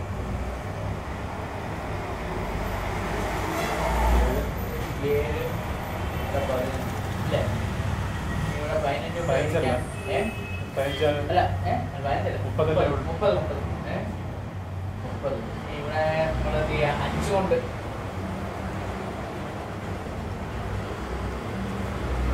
15 2 30 15 0 125 എടുത്തില്ല. നമുക്ക് 5 കൊണ്ട് നമുക്ക് ഹരിച്ച് നോക്കാം. 6 5 30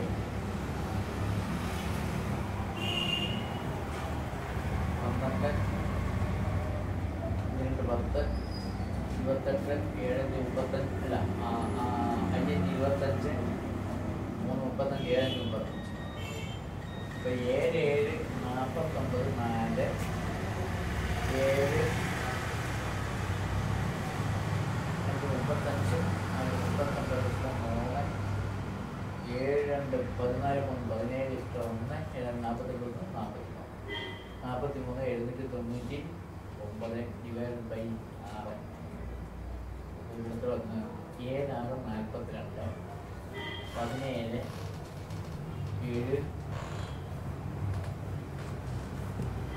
7 14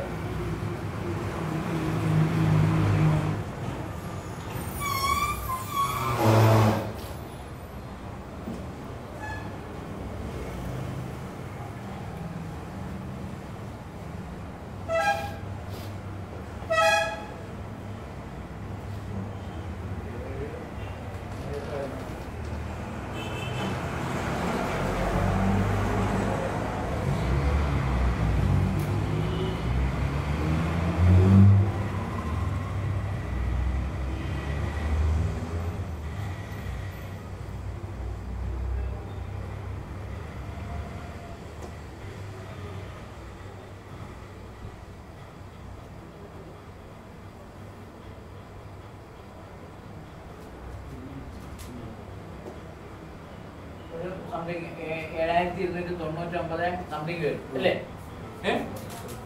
ചെറിയ പൈസ വരും. 7000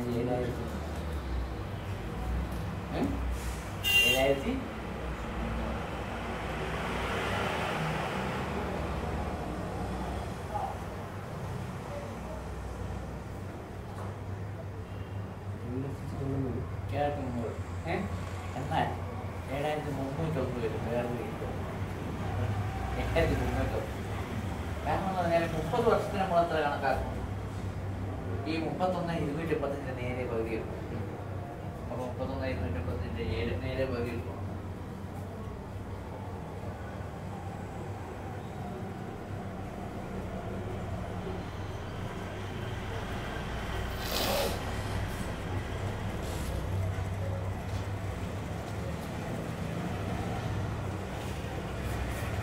$15,642 15,640 അല്ലേ? 15,642 643 divided by 30 into 20.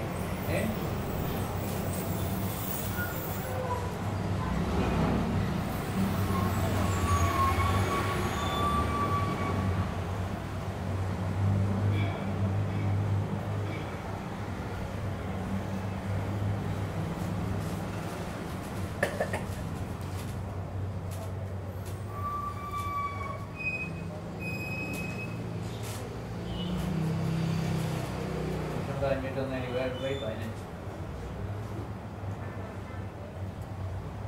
15 7 105 4 45 15 3 45 300 300.001 പകുതി ചേർക്കുന്നതായിരിക്കും അയാളെ സംബന്ധിച്ചിടത്തോളം ലാഭം.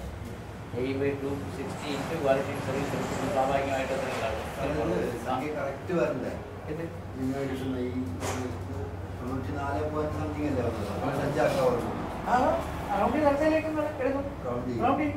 ഇത് 7300 എന്ന് പറയുന്നത് 300 സംതിങ് വന്നാൽ 7301 മൂപ്പരുടെ പെൻഷൻ രണ്ട് വ്യത്യാസം വന്നില്ല സാർ? അപ്പോൾ വ്യത്യാസം വരും, ഒരു രൂപയുടെ വ്യത്യാസം വരും. പകുതി എടുത്തിട്ട് 30 വിളിച്ചാൽ അത് 30 എടുക്കുമ്പോൾ എന്ത് ചെയ്യുന്നു? 30 വർഷത്തെ സർവീസ് നമ്മൾ റൗണ്ട് ചെയ്ത് അടുത്തേക്ക് മനസ്സിലായി, അടുത്തേക്ക് റൗണ്ട് ചെയ്ത് അതിനെ നമ്മൾ 30 കൊണ്ട് കഴിച്ചു. പിന്നെ ഫ്രാക്ഷൻ കൊണ്ട് എങ്ങനെ കഴിച്ചാലും എത്ര വരും? അവിടെയും ചില്ലറ വരും. അവിടെ ചില്ലറ വന്നാലും നമുക്ക് അത് റൗണ്ട് ചെയ്തു. അല്ല സാർ, അപ്പോൾ ഈ കിട്ടിയ സംഖ്യയും പിന്നെ കിട്ടിയ സംഖ്യ വ്യത്യാസം ഇല്ല ഞാൻ ചോദിക്കുന്നത്. വ്യത്യാസം ഉണ്ടാകും, ഒരുപാട് വ്യത്യാസം. ഒരുപാട് വ്യത്യാസം മാത്രമേ അതെ ഇത് 7299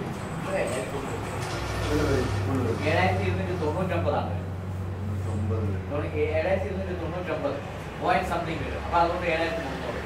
ഇതാണെങ്കിൽ 7300.01 അപ്പൊ അതുകൊണ്ട് നമ്മൾ 7300. ഇനി 7300 എടുത്താലും ശരിയാ, 7300 കൊടുത്താലും നമുക്ക് മാർക്ക് കിട്ടും. എന്തുകൊണ്ടാണെന്ന് വെച്ചാൽ ഈ 7000 ഈ ഫോർമുല അനുസരിച്ച് ചെയ്യുമ്പോൾ 7300 കിട്ടും. അതേസമയം മറ്റേ രീതിയിൽ ചെയ്യുകയാണെന്നുണ്ടെങ്കിൽ 7300 പിന്നെ 30 വർഷത്തേക്ക് 7/2 എന്ന് പറയുമ്പോൾ ഇത്ര രൂപ എന്ന് പറഞ്ഞു. അതാണ് എ പോർഷൻ. അതിനെന്ത് ചെയ്തു എന്ന് പറഞ്ഞാൽ 18 വർഷം സർവീസുകളാണെങ്കിൽ ഡിവൈഡ് ബൈ 30 ഇൻറ്റു 18. അങ്ങനെ ചെയ്യുമ്പോൾ എന്ത് ചെയ്തു? അവിടെയും ചില്ലറ പൈസ വരും. ആ ചില്ലറ പൈസ വരുന്നതാണ് അടുത്തേക്ക് റൗണ്ട് ചെയ്യുമ്പോൾ ഒരുപാട് വ്യത്യാസം. അപ്പോൾ അത് സർക്കാർ ഏറ്റവും മാക്സിമം കിട്ടുന്നതാണ്. പെൻഷൻകാർക്ക് കൂടുതൽ കിട്ടണമെന്നാണ്. കുറയ്ക്കല്ലേ, പെൻഷൻകാരനെ കുറയ്ക്കുന്ന പ്രശ്നമില്ല, അയാൾക്ക് കൂടുതലാണ് കൊടുക്കുക. അപ്പോൾ അതുകൊണ്ട് രണ്ടാമത് തന്നെ ചെയ്യുന്നതായിരിക്കും. ഇപ്പോൾ ചെയ്താണെങ്കിൽ കൂടുതൽ ശരി. ഇനി റൗണ്ടായിട്ട് വരുന്ന കേസുകളിലാണെങ്കിൽ വ്യത്യാസം വരുന്നത്. അപ്പോൾ ഈ 7300 7298 കിട്ടിയാൽ തെറ്റാവും. അല്ല, ഇത് തെറ്റായി പോയാൽ തെറ്റാം. ഇത് 99 പോയിന്റ് സംതിങ് വരുമ്പോൾ 300 കൊടുത്തു, 7300 കൊടുത്തു. ഈ ചെറിയ പോയിന്റ് വരെ കറക്റ്റാവും. ആ, ഒരു രൂപയുടെ വേരിയേഷൻ നമ്മൾ അങ്ങനെ സാധാരണ അവർ നോക്കുന്നവർ ഇഗ്നോർ ചെയ്യും. ഏത് പ്രിൻസിപ്പിളാണ് നമ്മൾ ഉപയോഗിച്ചത്? 8/2. പിന്നെ അതിനെ നമ്മൾ എന്ത് ചെയ്തു എന്ന് പറഞ്ഞാൽ അത് ഫിഗർ എടുത്തതിന് ശേഷം അതിന് 30 കൊണ്ട് വെച്ചതിന് 15 അല്ലെങ്കിൽ 15 അല്ലെങ്കിൽ 14 എത്രയാണ് വർഷം എന്ന് വെച്ചാൽ അതുകൊണ്ട് ഗുണിച്ചാൽ 1 രൂപ എപ്പോഴും കൂടുതൽ അതിന് കുഴപ്പമില്ല. പക്ഷെ അതിനേക്കാൾ കൂടുതൽ വന്നു കഴിഞ്ഞാൽ കണക്കമ്മ വെച്ച തെറ്റാന്ന് പറയും.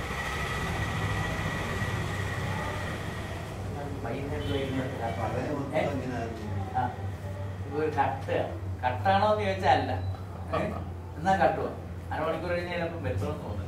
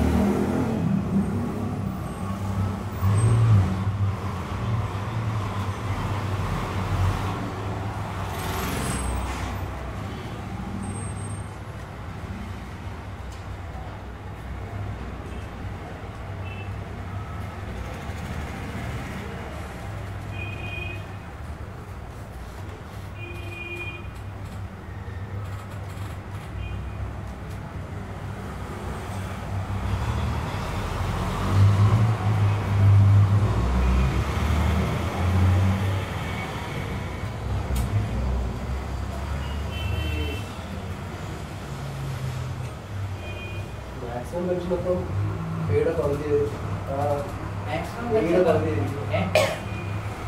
പെൻഷൻ എന്ന് പറഞ്ഞു കഴിഞ്ഞാൽ നമ്മുടെ സ്റ്റേറ്റ് സർവീസിലെ ബേസിക് പേ ഏത് ആ ബേസിക് പേയുടെ ഏറ്റവും വലിയ സ്കെയിലിന്റെ മാക്സിമത്തിന്റെ നേരെ പകുതി. അത് നമുക്ക് തോന്നുന്ന 58,000 സംതിങ് ആണ് ഇപ്പോഴത്തെ സ്കെയിലിന്റെ മാക്സിമം കൊടുക്കുന്നത്. അപ്പൊ 29,000 അതായിരിക്കും നമുക്ക് കിട്ടുന്ന സംസ്ഥാന ഗവൺമെന്റിന്റെ ഏറ്റവും ഉയർന്ന പെൻഷൻ. മിനിമംസിന് മാത്രമേ സീലിംഗ്, മാക്സിമത്തിന് ഈ സീലിംഗ് ആണ് കൊടുത്തിട്ടുള്ളത്. ആ സ്കെയിലിന്റെ ഏറ്റവും ഉയർന്ന സ്കെയിലിന്റെ മാക്സിമം, ആ മാക്സിമത്തിന് നേരെ പകുതി, അതാണ് മാക്സിമം സീലിംഗ്. 30 വർഷത്തെ അധിക സർവീസ് ഉണ്ടെങ്കിൽ 30 തന്നെ കിട്ടും. 30 വർഷത്തിൽ കൂടുതലുണ്ട്. പെൻഷന് 30 എടുക്കും, പക്ഷെ ഗ്രാറ്റുവിറ്റിക്ക് 33 വർഷം എടുക്കും.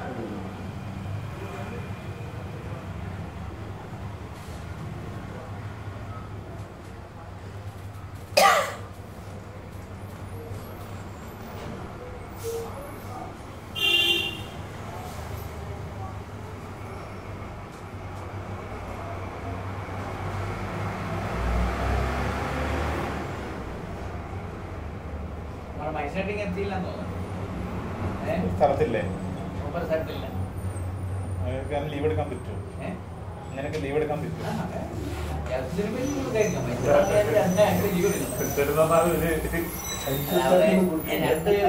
ഉള്ളത് കൊണ്ട് ഇല്ലെങ്കിൽ മൂപ്പര് കെട്ടിട്ടോണം കൊടുക്കണം.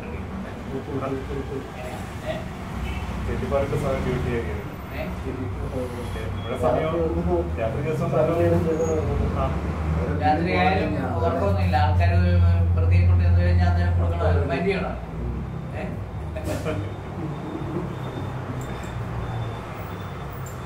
ഇത് പണ്ടാണെങ്കിൽ 24 മണിക്കൂറോ 48 മണിക്കൂറോ സ്റ്റേഷനിൽ തന്നെ ഇരുത്തേക്കും മറ്റൊരു. ഇപ്പൊ ഈ പിടിച്ചു കഴിഞ്ഞാൽ 24 മണിക്കൂറിനെ കൊണ്ട് ഇതാക്കണം. ഇനിയിപ്പോ പരിപാടി തീയതി അവനെ അറസ്റ്റ് ചെയ്ത് പിന്നെ സമയം കാണിക്കും, മാറ്റി 24 മണിക്കൂർ ആകുമ്പോൾ കൊണ്ടത് കാണിച്ചപ്പോൾ അങ്ങനെ കണ്ടത്. പെൻഷൻ അയാൾക്ക് കിട്ടി. നമ്മൾ കണക്കൂട്ടി 7,301. അത് 7,300. ഏതായാലും 7,301 എടുക്കാം. 7,300 ആയാലും ശരി, 7,301 ആയാലും ശരി കണക്കാണ്. 7,301 അല്ലേ? 7,300 പെൻഷൻ. അപ്പം നമ്മുടെ 7,300 രൂപ പെൻഷൻ. പിന്നെ ഇയാൾക്ക് എത്ര ഗ്രാറ്റുവിറ്റി കിട്ടും? DCയാണ്. അത് നമുക്ക് DCR എന്ന് പറഞ്ഞ് കിട്ടിക്കുന്നതാണ്. DCR means death come retirement gratuity. Death come retirement gratuity. സർവീസിൽ ഇരുന്ന് മരിച്ചാനും കിട്ടും, അതുപോലെ തന്നെ റിട്ടയർ ആയാലും. അതാണ് ഡെത്ത് കം DCR എന്ന് പറയുന്നത്. അപ്പൊ DCR എങ്ങനെ കണക്കാവും?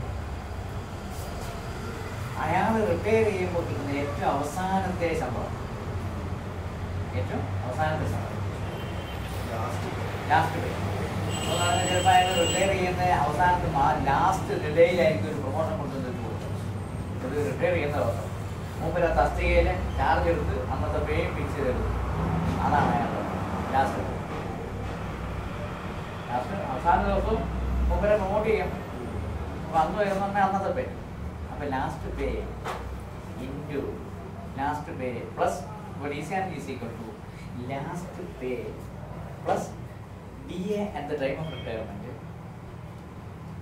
DA at the time of retirement into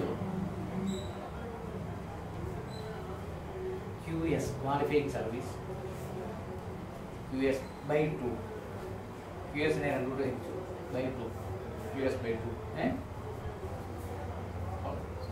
അവസാനമായ പെൻഷനും പേയും അന്നത്തെ DAയും അതിനെ എന്ത് ചെയ്തു? ക്വാളിഫൈങ് സർവീസ് കൊണ്ട് ഗുണിച്ചതിൻ്റെ നേരെ പകുതി എടുക്കുന്നതായിരിക്കും അയാളുടെ കാറ്റഗറി. അപ്പം അതിൻ്റെ അർത്ഥം നിങ്ങൾ 1 വർഷം സേവനം അനുഷ്ഠിച്ചിട്ടുണ്ടെങ്കിൽ 15 ദിവസം ശമ്പളം ഇതായിട്ട് കിട്ടും.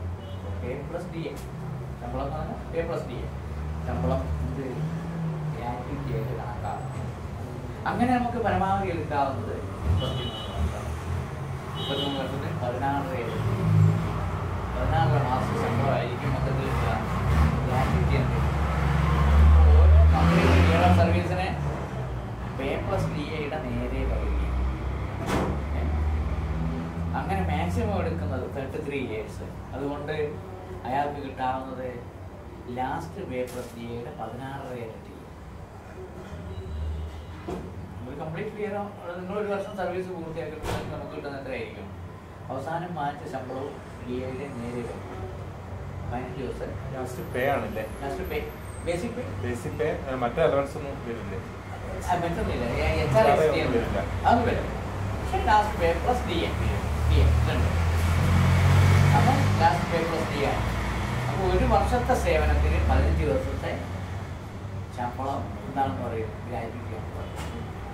അങ്ങനെ ഒരാളുടെ എൻ്റയർ സർവീസിൽ മാക്സിമം കിട്ടുന്നത് 33 വർഷത്തിന്, അതായത് 16 മാസത്തെ ശമ്പളമായിരിക്കും മൂപ്പർക്ക് ECRG ആയിട്ട് കിട്ടുക. 33 വർഷം പരമാവധി കൊടുക്കുമെന്ന് പറഞ്ഞിട്ടുണ്ട്. റൗണ്ട് ചെയ്തപ്പോൾ കണ്ട് 32 വർഷം ഒരു ദിവസം ഉള്ളെങ്കിൽ അതിനെ നമ്മൾ 33 ആക്കി എടുക്കുമെന്ന് പറഞ്ഞു. ആ 33 ഗ്രാറ്റുവിറ്റിക്ക് വേണ്ടിയാണെന്ന് പറഞ്ഞു. അപ്പം അങ്ങനെ കണക്ക് കൂട്ടിയാൽ ECRG is equal to last pay plus DA into PS/3.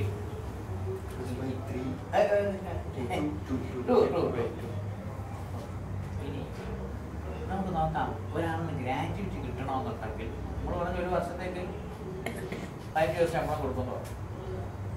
പക്ഷേ ഒരു DCRG ഒരാളിന് കിട്ടണമെന്നുണ്ടെങ്കിൽ മിനിമം 5 years സർവീസ് പൂർത്തിയാക്കിയിരിക്കണം. എന്തെങ്കിലും മാത്രമേ അയാൾക്ക് എന്ത് കൊടുക്കത്തുള്ളൂ, DCRG കൊടുക്കത്തുള്ളൂ. DCRGയുടെ എലിജിബിലിറ്റി എന്ന് പറഞ്ഞാൽ അതിൻ്റെ minimum service required for DCRG is equal to 5 years.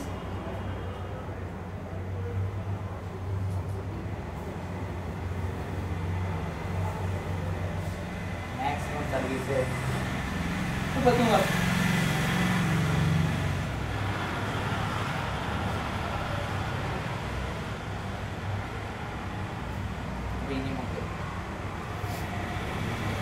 ഇയാൾ പറഞ്ഞ DCRG എന്ന് പറഞ്ഞാൽ ഡെത്ത് റിട്ടയർമെൻറ്റ് ബെനിഫിറ്റ് എന്ന് പറഞ്ഞു അല്ലേ? അപ്പോൾ ഇത് നമുക്ക് സർവീസിൽ ഇരുന്ന് റിട്ടയർ ചെയ്യുമ്പോൾ കൊടുക്കണം. സർവീസിൽ നിന്ന് മരിച്ചാൽ ഇൻ ഡെത്ത് കേസസ്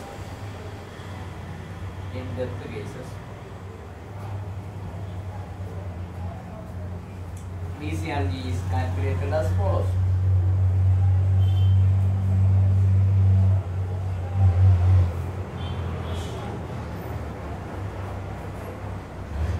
ഒരാളുടെ മരണം സംഭവിക്കുന്നത് ഒരു വർഷം പൂർത്തിയാക്കിയെന്ന് നോക്കാം.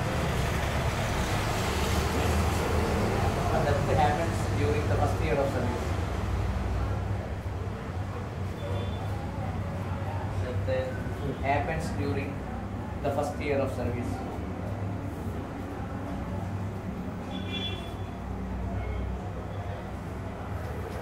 നമ്മൾ നേരത്തെ പ്രിൻസിപ്പിൾ അനുസരിച്ചാണെങ്കിൽ ഒരു വർഷത്തിന് ഉണ്ടെങ്കിൽ ഗ്രാറ്റുവിറ്റിക്ക് മിനിമം 5 വർഷം വേണമെന്ന് പറഞ്ഞു. ഒരു വർഷം മരിക്കുന്ന ആൾ 1 വർഷം പൂർത്തിയാക്കിയത് കൊടുക്കണം. അപ്പോൾ അയാൾക്ക് എത്ര കൊടുക്കും? 15 ദിവസം മതി. 1 വർഷത്തിൽ കുറവല്ലേ ഉള്ളൂ. നമ്മൾ ഒരു വർഷം കംപ്ലീറ്റ് ചെയ്താൽ 15 ദിവസം പേ ആൻഡ് അലവൻസ് കൊടുക്കും. ഇയാൾക്ക് പേ പ്ലസ് DAയുടെ 2 ഒരു വർഷം പോലും സർവീസ് പൂർത്തിയാക്കാത്തയാൾ 4 വർഷം സർവീസ് ഉള്ളയാൾക്ക് കൊടുക്കുന്ന DCRG അല്ലേ? Pay into 2, pay plus DA into 2. അപ്പോൾ ഒരു വർഷം അയാൾ മൊബൈൽ പൂർത്തിയാക്കി, ഒരു വർഷം കഴിഞ്ഞു. പക്ഷെ 5 വർഷം എത്തിയിട്ടില്ല. Completed 1 year but less than 5 years service.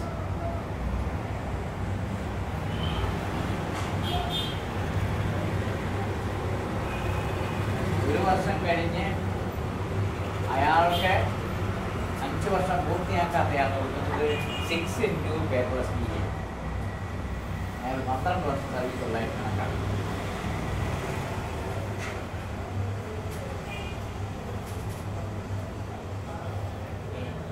5 years and above. 5 വർഷത്തിൽ കൂടുതലായി, സർവീസ് 5 വർഷത്തിൽ കൂടുതലുണ്ടായിരുന്നു. 5 years and above, but less than 24 years.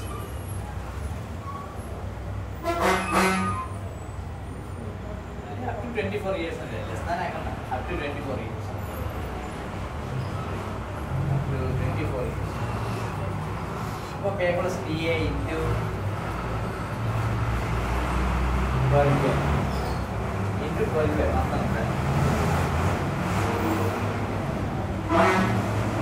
ഇനി exceeding 12 ആണെന്നുണ്ടെങ്കിൽ exceeding 24 months death happens during after completing 24 years of service.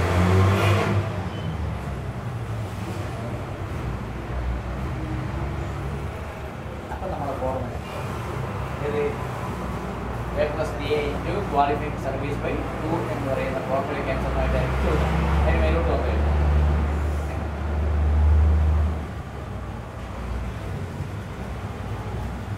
paperless DA into PS by 2 അല്ലേ? PS by ഇതായിരിക്കും. അങ്ങനെ okay, minimum കൊടുക്കുന്ന നമ്മളിപ്പോൾ കണക്കാക്കി മിനിമം ഗ്രാജുവേറ്റ് 2 മാസം ശമ്പളം അല്ലേ? Maximum DCRG is equal to നമ്മൾ 1/7/2009 മുതൽ 7 ലക്ഷം രൂപ. 7 ലക്ഷം രൂപ.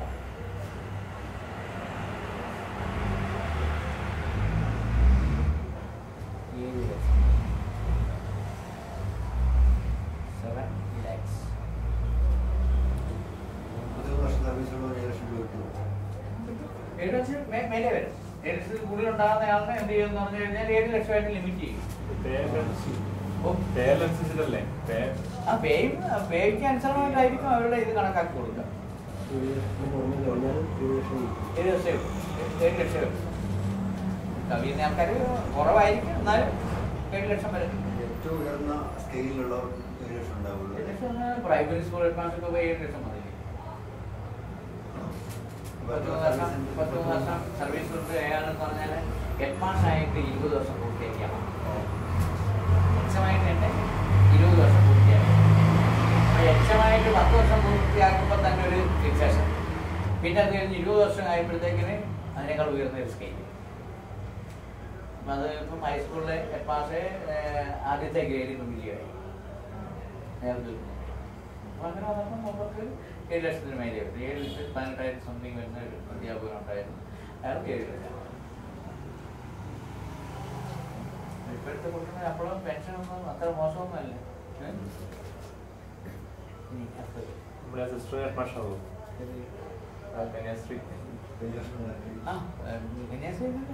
പ്രൊമോഷൻ കിട്ടും, അവിടുത്തെ പ്രശ്നമൊന്നുമില്ല. ഇപ്പോൾ ടെസ്റ്റൊക്കെ പാസ്സായിരുന്നതുകൊണ്ട് ഇപ്പോഴത്തെ കൃഷി മാനേജ്മെന്റ് വേറൊരു കാര്യമുണ്ട്, വേറെ ആർക്കും കൊടുക്കും. അത് കന്യാസ്ത്രീകളെ കണ്ട് വന്നതിൻ്റെ പിറ്റേ ദിവസം മുതൽ തന്നെ പരീക്ഷ എഴുതി. അപ്പോൾ മറ്റേ 50 ദിവസം കഴിയാത്ത ആൾക്കാരുണ്ടാവും. ടെസ്റ്റ് പാസ്സായിട്ടേ കൊടുക്കണ്ടായിരുന്നു, ഗ്രൂപ്പ് കൊടുക്കാം. സർവീസ് 13 വർഷം വേണമെന്നില്ല. ക്വാളിഫൈഡ് ആണെന്നുണ്ടെങ്കിൽ 13 വർഷം സർവീസ് ഒന്നും വേണ്ട, എച്ചമായിട്ട് പ്രൊമോട്ട് ചെയ്യാം. പക്ഷേ പേ കിട്ടണമെന്നുണ്ടെങ്കിൽ 13 വർഷം കഴിക്കണം. അപ്പോൾ പിന്നീട് വേറെ അതിൻ്റെ മേലെ കയറി. അപ്പോൾ അതുകൊണ്ട് ആശ്രമത്തിലേക്ക് തന്നെ ആയിരിക്കും ഇത് പൈസ മുഴുവൻ. സ്കൂളുകളിലെല്ലാം പറഞ്ഞു കഴിഞ്ഞാൽ കന്യാസ്ത്രീകളായിരിക്കും. മഠത്തിനുണ്ടാകും സ്കൂൾ, പള്ളിക്കും ഉണ്ടാകും. പള്ളിക്കുണ്ടെങ്കിലും എന്ത് ചെയ്യുമെന്ന് പറഞ്ഞാൽ മഠത്തിൽ കന്യാസ്ത്രീക്ക് കൊടുക്കുന്നതിനായിരിക്കും അവർക്ക് താല്പര്യം. കാരണം ഈ പൈസ വെളിയിലോട്ടൊന്നും പോകില്ല, മുഴുവൻ പൈസ ഒന്നും അവർക്ക് ഒരു മഠവും ഉണ്ടാകും. അവിടെ 5-20 കന്യാസ്ത്രീകളുണ്ടാകും. എങ്ങനെയും DTC ഒക്കെ കൂടെ കഴിഞ്ഞ് അവർ കഴിഞ്ഞാൽ എന്ത് ചെയ്തു ടീച്ചറായിട്ട് കൊടുക്കും. അപ്പോൾ അത് എങ്ങനെയൊക്കെ അവിടുന്ന് ഒരു അവർ ചെയ്യേണ്ട, അവർക്ക് DTCൻ്റെ സ്കൂളുണ്ടാകും, അവിടെ ഇവർക്ക് ഇത് കൊടുക്കാം, മാനേജ്മെൻറ്റ് ബോർഡ് എടുക്കാം. SLC 10 മാർക്ക് പാസ്സായാലും അല്ലെങ്കിൽ ഡിഗ്രിക്ക് ജസ്റ്റ് പാസ്സായാലും എന്ത് ചെയ്യാം, DTC കിട്ടും. അതങ്ങനെ ഉണ്ട്. അപ്പോൾ ഇത് ഇപ്പോൾ നമ്മൾ പറഞ്ഞാൽ ഇനി ടീച്ചേഴ്സ് ബാങ്കും പിന്നെ അതുപോലെ സെറ്റും നെറ്റും മാതിരിയുള്ള പ്രൈമറി സ്കൂൾ ടീച്ചേഴ്സ് നെറ്റും ഒക്കെ വന്നു കഴിഞ്ഞാൽ ബിസിനസ് നടക്കട്ടെ. അതാണ് അച്ഛന്മാരെല്ലാം കൂടെ കിടന്നിരിക്കുന്നത്. നെറ്റ് ഇത് വന്നു കഴിഞ്ഞാൽ പിന്നുണ്ടാവും, ഇവർക്ക് കൊടുക്കാൻ കഴിയും.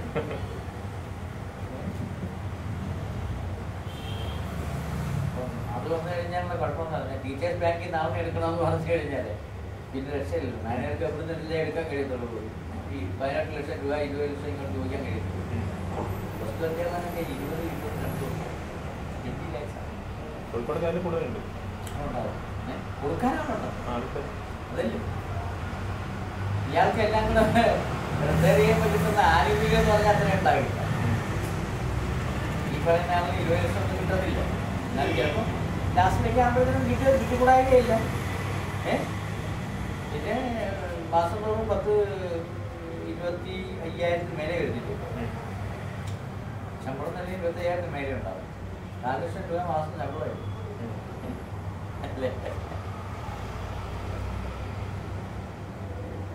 അവർ പറയുന്നത് ഒരു 5 വർഷത്തെ 20 ലക്ഷം ആകുമ്പോഴത്തേക്ക് 10 വർഷത്തെ പൈസ അങ്ങോട്ട് ബാക്കി 20 വർഷത്തേക്ക് 30 വർഷം സർവീസ് കിട്ടുന്നതാണ്. 10 വർഷത്തെ പൈസ അമ്മക്ക് 20 വർഷം നിങ്ങൾക്ക്.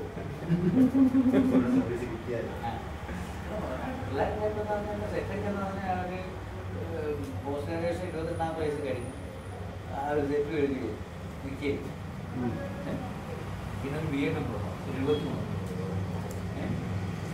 ഏരിയകളുമായും എത്ര ഇപ്പോഴത്തെ അനുസരിച്ച് 23 കഴിഞ്ഞാൽ ഒരു 10 വർഷം സർവീസ് കിട്ടും. 22 മതിയല്ലോ. 10 വർഷത്തെ എങ്ങനെ ബാക്കി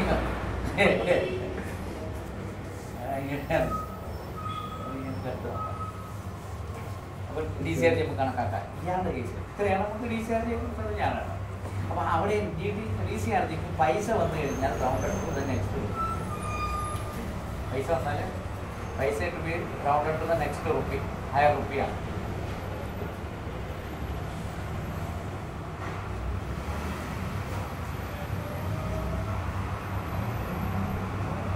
അപ്പൊ നമ്മുടെ ക്വസ്റ്റ്യനില്ലേ മൂപ്പരുടെ പേ എത്രയായിരുന്നു? 31,360. ലാസ്റ്റ് പേ ഡ്രോൺ അത് എഴുതാം. Last pay drone 31,360. 31 last pay drone 31,360. DA 31%. DA 31%. 30% DA എന്ന് പറയുമ്പോൾ ഏകദേശം 10,000 രൂപയുണ്ടാവും.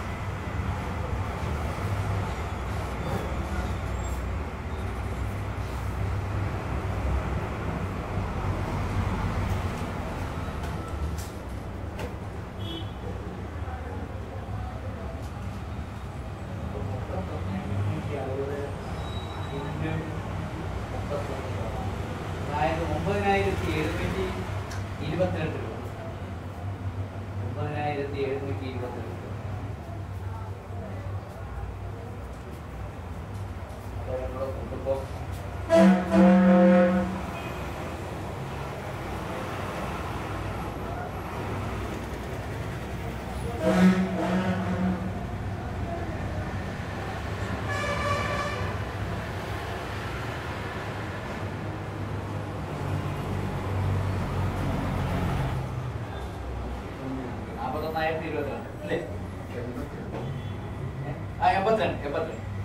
Into 14/2 7 into 14/2.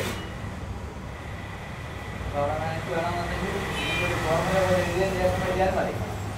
DCR is equal to last pay drawn plus DA. DCR is equal to last pay drawn plus DA into qualifying service by 2. PS by 2. നമുക്ക് ഇനി നമുക്ക് അയാളുടെ qualifying service 14 വർഷമേ ഉള്ളൂ. അപ്പോൾ നമുക്ക് കിട്ടുന്നത് പറഞ്ഞാൽ 14/7 42,082 ഇൻറ്റു 7 7 × 14 8 56 57 പിന്നെ 5 പിന്നെയാണെന്നുണ്ടെങ്കിൽ 2 10 അല്ല 7 × 14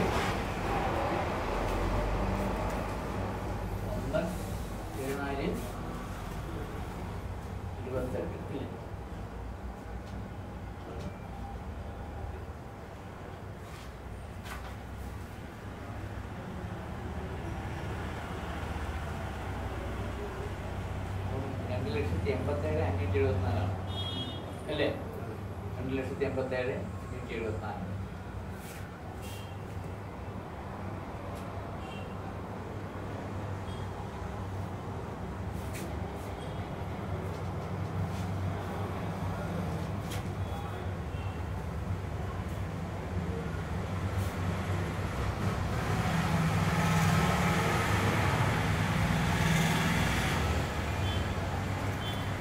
പെൻഷനായി DCRT ആയി. ഇനിയോ ഫാമിലി പെൻഷൻ. ഫാമിലി പെൻഷൻ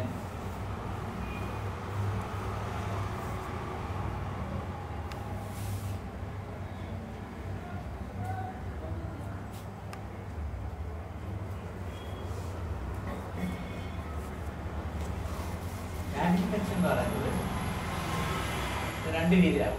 ഒന്ന് അയാൾ സർവീസ് ഇരുന്ന് മരിച്ചാൽ കൊടുക്കുന്ന ഫാമിലി പെൻഷൻ. പിന്നെ ഇയാൾ റിട്ടയർ ചെയ്തതിന് ശേഷം മൂപ്പര് മരിച്ചു കഴിഞ്ഞാൽ അയാളുടെ ഫാമിലിക്ക് കൊടുക്കുന്ന പെൻഷൻ. അപ്പം family pension death after retirement. Family pension കഴിഞ്ഞിട്ട് death after retirement.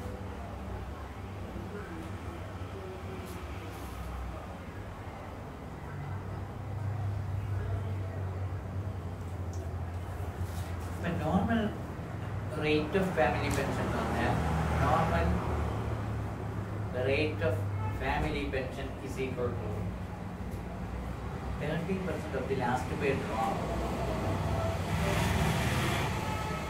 30% of the last paid draw.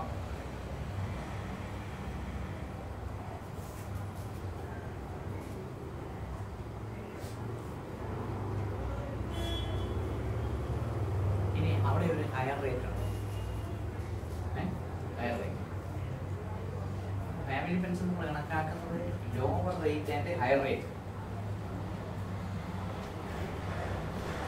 പെൻഷൻകാരൻ retire ചെയ്ത് 62 വയസ്സിനുള്ളിലാണ് മരിക്കുന്നതെങ്കിൽ if death happens before completing 62 years,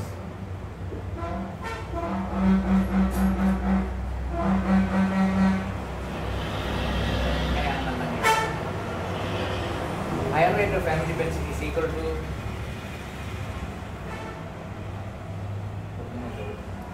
അയാൾക്ക് കിട്ടിക്കൊണ്ടിരിക്കുന്നത് the pension drawn by the pensioner.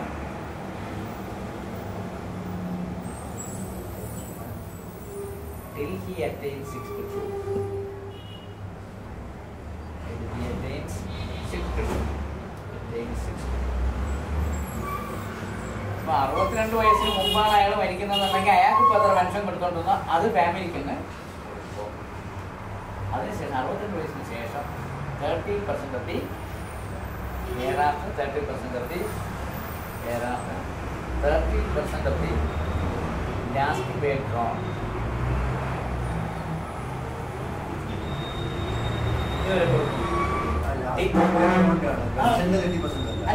Last പേര് അവസാനം വാങ്ങിക്കുന്ന ശമ്പളത്തിന്റെ 30% ഇയാൾക്ക് ഫാമിലി പെൻഷനായിട്ട് കൊടുക്കും. അത് എന്നുവരെ കൊടുക്കും? Till death or remarriage whichever is earlier. Till death or remarriage whichever is earlier.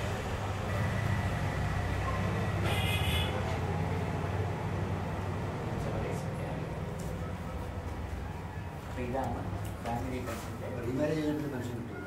ഇല്ല, നിർവ്വാഹം കഴിക്കുന്നുണ്ട്. ഇനി അടുത്തത് ഇതിന്റെ ഭാര്യ നിർവാഹം കഴിക്കുന്നുണ്ട്. Pension പെൻഷനല്ല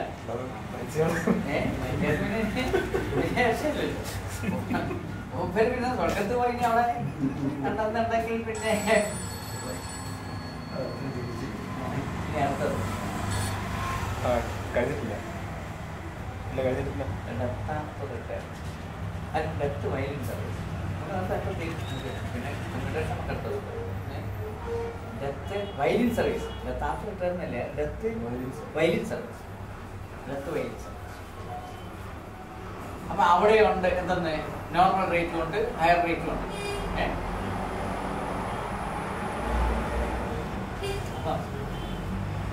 higher rate death while in സർവീസിൽ higher rate of family pension കിട്ടണമെന്നുണ്ടെങ്കിൽ ഇയാൾക്ക് 5 years സർവീസ് കംപ്ലീറ്റ് ചെയ്തിരിക്കണം at the time of death. അപ്പം ഡെത്ത് വൈലൻസ് സർവീസിൽ higher rate of family pension the officer has completed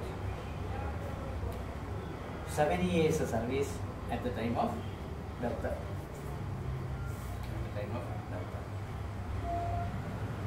അപ്പോൾ എന്തെങ്കിൽ മാത്രമേ എന്ത് കിട്ടത്തുള്ളൂ?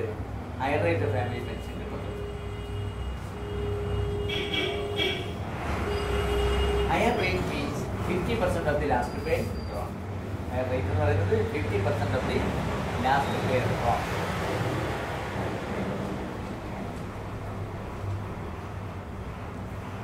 അപ്പോൾ ഇത് എത്ര നാൾ കൊടുക്കും? 7 വർഷം. But the higher rate is applicable only for 7 years. 7 years from the day following the death of the officer. The day following the death of the officer. മരിക്കുന്ന അന്ന് അയാൾക്ക് ഇതായിട്ട് കൊടുക്കും, ശമ്പളം കൊടുക്കും. മരിച്ചു കഴിഞ്ഞാൽ തൊട്ടടുത്ത ദിവസം മുതൽ അന്നത്തെ ദിവസം ശമ്പളമാകും. മരിക്കുന്ന ദിവസം ശമ്പളം കിട്ടും. അത് ഏത് സമയമായിരുന്നു കിട്ടില്ല. ഇല്ല, അന്നത്തെ ദിവസം. അതുവരെ അത് കഴിഞ്ഞാൽ തൊട്ടടുത്ത ദിവസം മുതൽ നമുക്ക് കിട്ടും ഫാമിലി പെൻഷൻ. 50% രാവിലെ ആയിരിച്ചിട്ട് രാത്രി 12 മണിക്കുള്ളിലായാലും എന്താണ് ആ ദിവസം 12 മണിക്ക് കേൾക്കാണ് അടുത്ത ദിവസം. മനസ്സിലായി?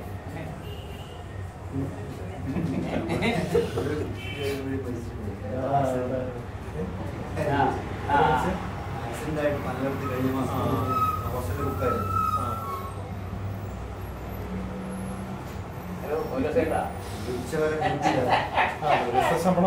എന്തായാലും നിങ്ങൾ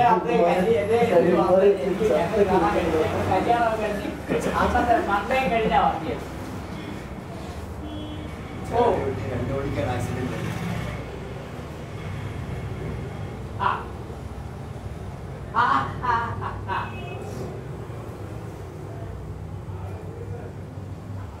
കഴിഞ്ഞത് ശരി.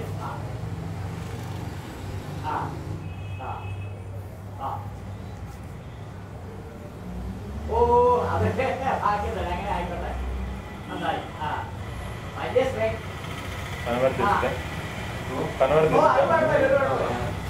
അപ്പൊ ഡ്യൂട്ടിയിലായിരുന്നില്ലേ? ഓ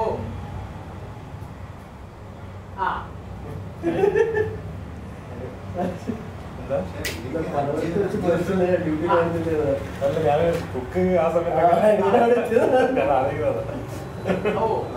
മണിയായി കഴിഞ്ഞാലേ പണി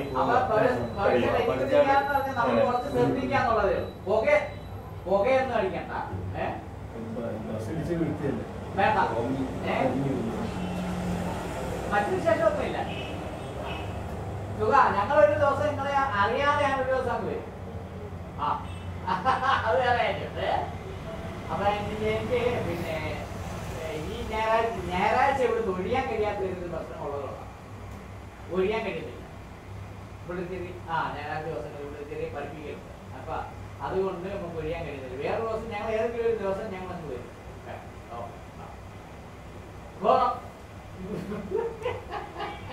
ആയിക്കോട്ടെ, ഞങ്ങൾ പോകും. ഞങ്ങൾ മരുമോണ്ടൊക്കെ പോകും. അത് അവിടെ അടുത്ത് തന്നെ അല്ലയോ? അല്ല അവിടെ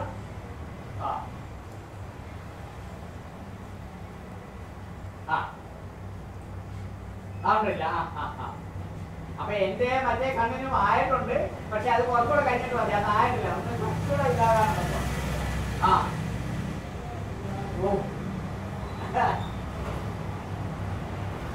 കേട്ടാ അതാ പിന്നെ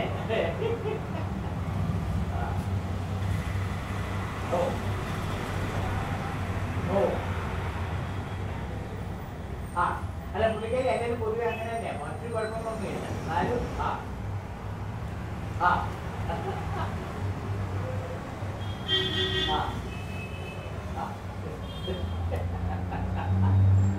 അത് ശരിയാ. ഓ അതോടെ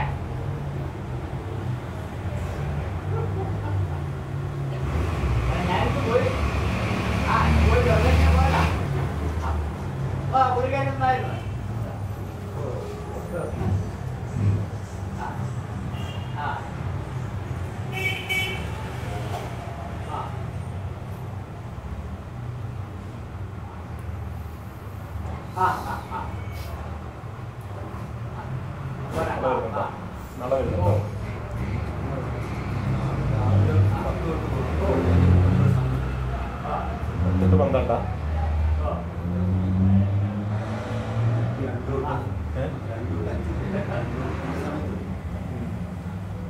വേറെ കുറെ വരും വേറെ കുറെ ആൾക്കാർ ശരി അല്ല മുപ്പത്തിയാറ് സന്തോഷം തന്നെ 36 ചെയ്ത ഒരു ഫെയിലിയർ ആയിട്ടില്ല എന്നുള്ളതാണ്. ഓ ആ നേരത്തെ ഇപ്പൊ ഇങ്ങനെ പോകുന്നത് കുഴപ്പമൊന്നുമില്ല, എനിക്ക് കുഴപ്പമൊന്നുമില്ല. പിന്നെ നേരത്തെ പറഞ്ഞോളൊക്കെ കാണാൻ ഞാൻ രണ്ട് സുഖമായില്ലേ അല്ലേ?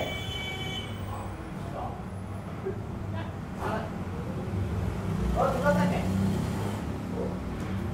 ആ ഉണ്ട്, മോനുണ്ട് മോനുണ്ട്. പിന്നെ ഞങ്ങളുടെ ഇല്ലെങ്കിൽ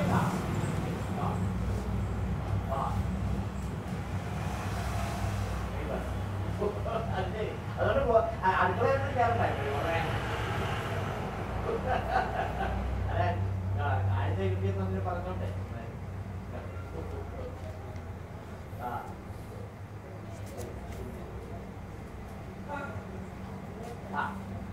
ഓക്കെ ആ ശരി. ചേച്ചി ഞാനിപ്പം വീട്ടിലെത്തിയിട്ടില്ല. ഞാൻ എന്നിട്ട് ചെന്നിട്ട് ഞാൻ ചേച്ചിയോട് വിളിക്കാൻ പറയാം. ഓ തീർച്ചയായിട്ടും വരും. ഓ ആയിക്കോട്ടെ പോവാം. പിന്നീട് വീട്ടിലേക്ക് പോവാം കേട്ടോ. ഓ അതുകൊണ്ട് ഓക്കെ ശരി. ഓ ഓ ആയിക്കോട്ടെ. ഓ ശരി എന്നാ പിന്നെ ആ പറയാം പറയാം പറയാം തീർച്ചയായിട്ടും പറയാം. അതെ ആയിക്കോട്ടെ ശരി പറയാം. അതെ ആ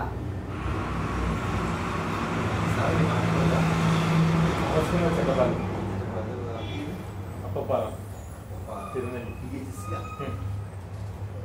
തിരുനെല്ലി ഹലോ കുറച്ചുകൂടെ അവിടെ ആനശല്യമൊക്കെ ഉണ്ട്. ആവശ്യമായിട്ടുണ്ട്. അവിടെ ഇങ്ങനെ കിടത്തി ചികിത്സിക്കാം. ഇപ്പല്ല ഇപ്പൊ ഞാൻ മാത്രമേ ഉള്ളൂ അവിടെ. അവിടെ നിർത്തിയില്ല. 3 ഡോക്ടറൊക്കെ ഉണ്ടായിരുന്നു, 4 ഡോക്ടർ ഉണ്ടായിരുന്നു, 6 ഉണ്ടായിരുന്നു. ഡോക്ടേഴ്സൊക്കെ ഉണ്ടായിരുന്നു. ശരി ഹലോ ഹലോ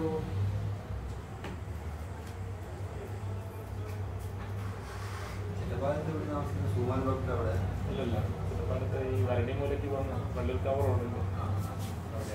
അപ്പൊ നമുക്ക് അടുത്ത ഫാമിലി പെൻഷൻ എന്ന് പറയുന്നത് higher rate of family pension ഡെസ്ക് വൈലിംഗ് സർവീസിലാണെന്നുണ്ടെങ്കിൽ 7 വർഷം സർവീസ് ഉണ്ടെങ്കിൽ മാത്രമേ ഇത് കൊടുക്കത്തുള്ളൂ. Higher rate of family pension കൊടുക്കത്തുള്ളൂ. അത് 7 വർഷക്കാലമായിരിക്കും കിട്ടുക എന്ന് പറഞ്ഞു. ഇത് മരിച്ച ഡേറ്റിന് തൊട്ടടുത്ത ദിവസം മുതൽ 7 വർഷക്കാലം കൊടുക്കും. എത്ര അയാളുടെ ബേസിക് പേയുടെ നേരെ പകുതി 50% of the last pay draw. അതാണ് higher rate of family pension എന്ന് പറയുന്നത്.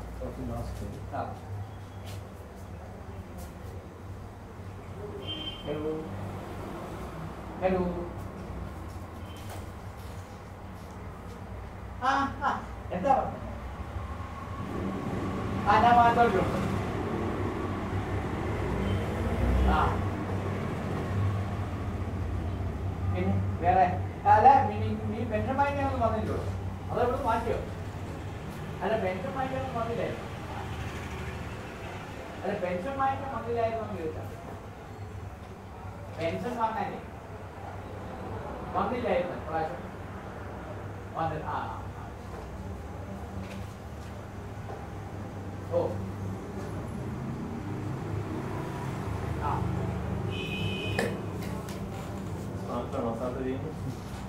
നമ്മുടെ അലവൻസ് മാറ്റാൻ എഴുതില്ല കൊണ്ട് നമ്മുടെ PF മാറ്റി ആ തുടങ്ങിയില്ലേ? തുടങ്ങി കേട്ടോ, എപ്പം തുടങ്ങി?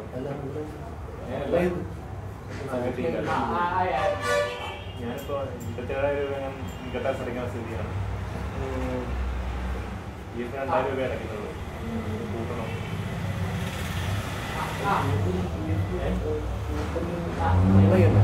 വേണ്ടെന്ന് പറഞ്ഞു. അത് അറിയിക്കണ്ട.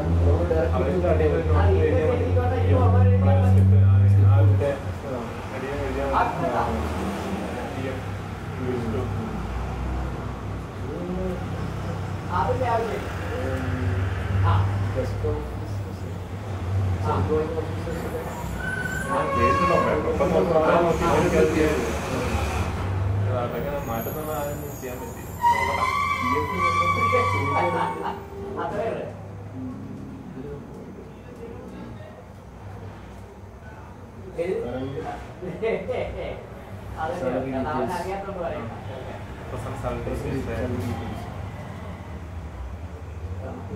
ഫെബ്രുവരിയിൽ നമ്മൾ ഇത് സബ്മിറ്റ് ചെയ്യണം ഈ ഫോം 16.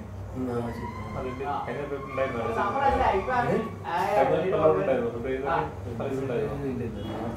ഫെബ്രുവരിയിൽ നമ്മുടെ ബാക്കിയുള്ള ടാക്സ് ഒന്നിച്ചാൽ അടയ്ക്കണം. ഫെബ്രുവരി നമുക്ക് സാലറി ബാക്കിയിട്ടുണ്ടാവില്ല. ഓരോ മാസം ഇങ്ങനെ അടച്ചടച്ച് മുഴുവൻ കയ്യിലെടുക്കുകയാണെങ്കിൽ എന്തായാലും മുഴുവൻ കയ്യിലെടുക്കുകയാണെങ്കിൽ ടാക്സ് നന്നായിട്ടുണ്ടാവും.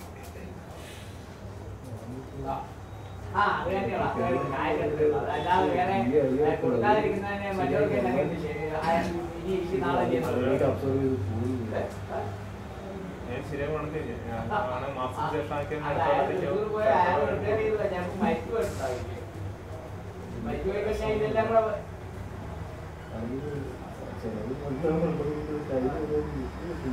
അല്ല കാര്യമുള്ളത് നമ്മൾ പൈസ ഇങ്ങനെ ലീവൊക്കെ കിട്ടുന്ന ഉണ്ടാവുള്ളൂ അവസാനം. ലീവ് കിട്ടുന്നതൊക്കെ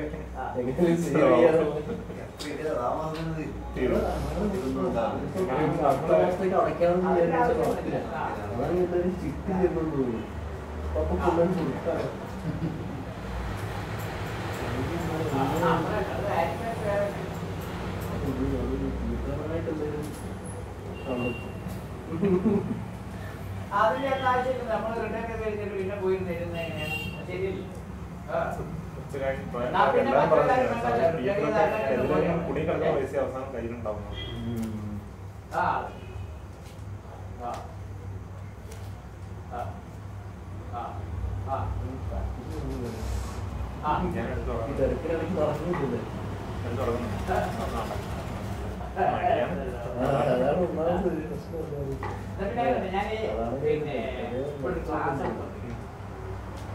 ഒരു ഡിപ്പാർട്ട്മെന്റ് പൈസ ക്ലാസ് ഉണ്ട്. അതിങ്ങനെ നടന്നോണ്ടിരിക്കും.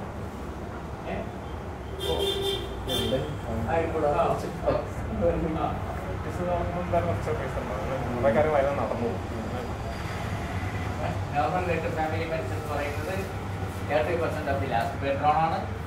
ഹയർ റേറ്റ് എന്ന് പറയുന്നത് 50% 70 years കിട്ടും. അതിനുശേഷം എത്രയായിരുന്നു? 30% of the last pay drone. അല്ല 50 എന്ന് പറയുന്നത് ഹയർ റേറ്റ്. നോർമൽ റേറ്റ് അടുത്ത normal rate 30% of the last pay drone. Till എന്ന് പറഞ്ഞ് കൊടുക്കും. Till death or remarriage earlier. Death or remarriage, whichever is earlier.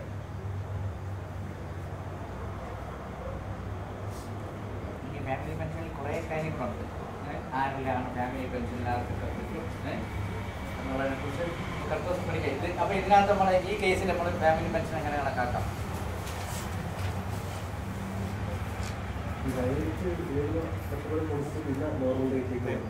ആദ്യത്തെ 7 വർഷം കഴിഞ്ഞാൽ പിന്നെ നോർമലിലേക്ക് മാറി. അല്ല ഡെത്ത് ആകുന്ന കാലത്ത് നമ്മളെ കണക്കൂട്ടിയിട്ടിരിക്കുകയല്ലേ. മരിക്കുന്ന കാലത്ത് പിന്നെ കണക്കൂട്ടാനൊന്നും പോയിട്ട് കാര്യമില്ല. ഇപ്പോഴേ കണക്കൂട്ടിയിട്ടിരിക്കുകയാണ്. മൂപ്പര് ഡെത്ത് കഴിഞ്ഞാൽ ഉടനെ മറ്റൊരു കൊടുക്കണോ? നമുക്കല്ല family pension normal rate 30% of 31,360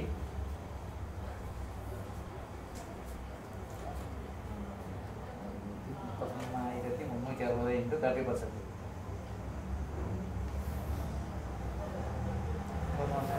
3 എത്ര വരും?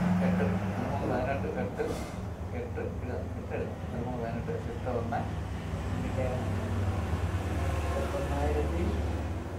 619 10 360 അല്ലേ? 60 3 9 10 0 1 ചിത്രം പിന്നെ 3 3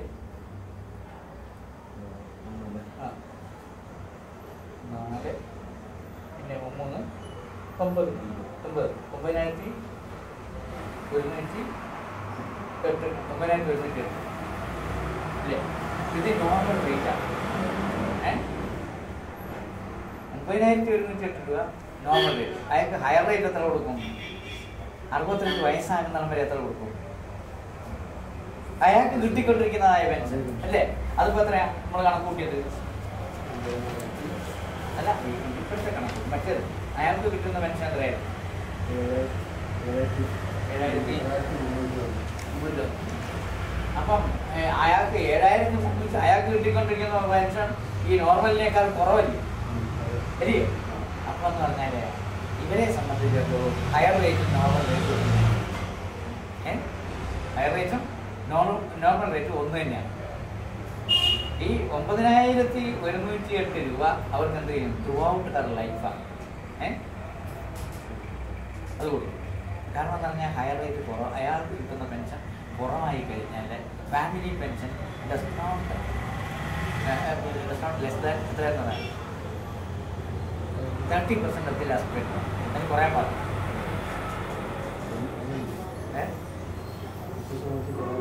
കുറയാൻ പാടില്ല. 30% ആവുമ്പോൾ മിനിമം കൊടുക്കണമല്ലോ.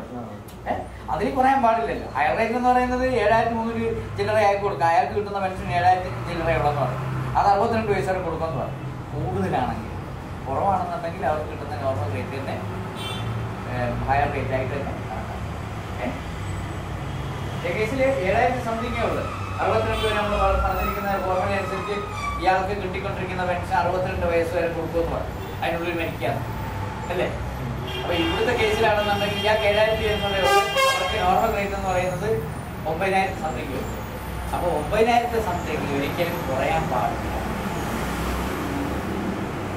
അപ്പൊ ഇവരുടെ നോർമൽ റേറ്റും ഹയർ റേറ്റും ഒന്ന്. അപ്പൊ നമുക്ക് എഴുതാം. ഈ അത് എങ്ങനെ ഇത് പഠിപ്പിച്ചു വെക്കണമെന്നുണ്ടെങ്കിൽ 7,768 എന്ന് പറയുന്നത് എന്തായിട്ട് എഴുതും? 62 വയസ്സ് വരെ കൊടുക്കുന്നില്ല. അവിടെ നമുക്ക് റൗണ്ട് ചെയ്ത് എത്ര എഴുതും? 9,108. എന്തുകൊണ്ടാണ്? It should not B 408. 9,408. 9,408 നമുക്ക് നോക്കാം.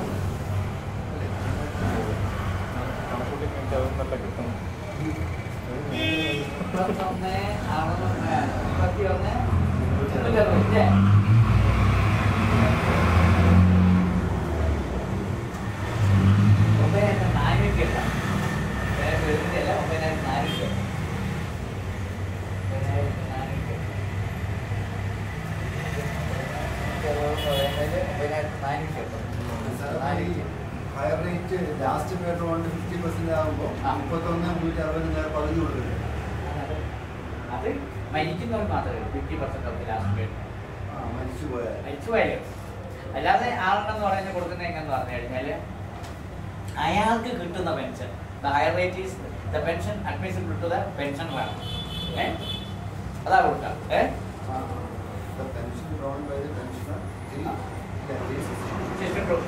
അത് മാറ്റി. അപ്പൊ അത് പിന്നെ അത് കഴിഞ്ഞ് ദേറാഫ്റ്റർ എന്ത് കൊടുക്കുമെന്ന് പറഞ്ഞു? Normal rate. അപ്പൊ അയാൾക്ക് കിട്ടിക്കൊണ്ടിരിക്കുന്ന പെൻഷൻ കുറവാ. അപ്പോഴോ ഏതാണോ ഉയർന്നത് അത് തന്നെ കൊടുക്കും. ആ 9,240 അത് റൗണ്ട് ചെയ്തിട്ട് നമുക്ക് എത്ര കൊടുക്കാം? അല്ലെങ്കിൽ 7,000 അതൊക്കെ റൗണ്ട് ചെയ്യാം, കൊടുക്കാം. എന്തുകൊണ്ടാണെന്ന് വെച്ച് കഴിഞ്ഞാൽ ഈ പിന്നെ നോർമൽ റേറ്റ് കുറയാൻ പാടില്ല. Higher rate should not be less than പിന്നെ 30% ഓഫ് ദി ലാസ്റ്റ് പേയ്ഡ്. അതവിടെ എഴുതി വെക്കാം.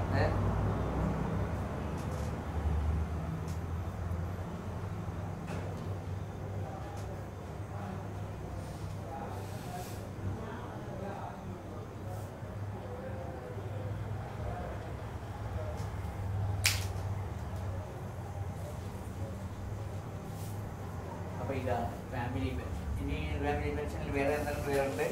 ഏതെന്ന് വെച്ചാൽ ഫാമിലി പെൻഷന് എലിജിബിലിറ്റി ആർക്കൊക്കെയാണ് കിട്ടുന്നത് എന്ന് പറഞ്ഞാൽ ഇപ്പം ചെറുപ്പത്തിലെ ഒരു പെൺകുട്ടി കല്യാണം കഴിച്ച് അവർ വിധവായി പോകുകയാണെന്നുണ്ടെങ്കിൽ പെണ്ണെ രണ്ടാമതൊരു കല്യാണം കഴിച്ചു കൊടുത്തിട്ടുണ്ടാവും. കുട്ടികളുണ്ടെന്നുണ്ടെങ്കിൽ കുട്ടിക്ക് കൊടുക്കും.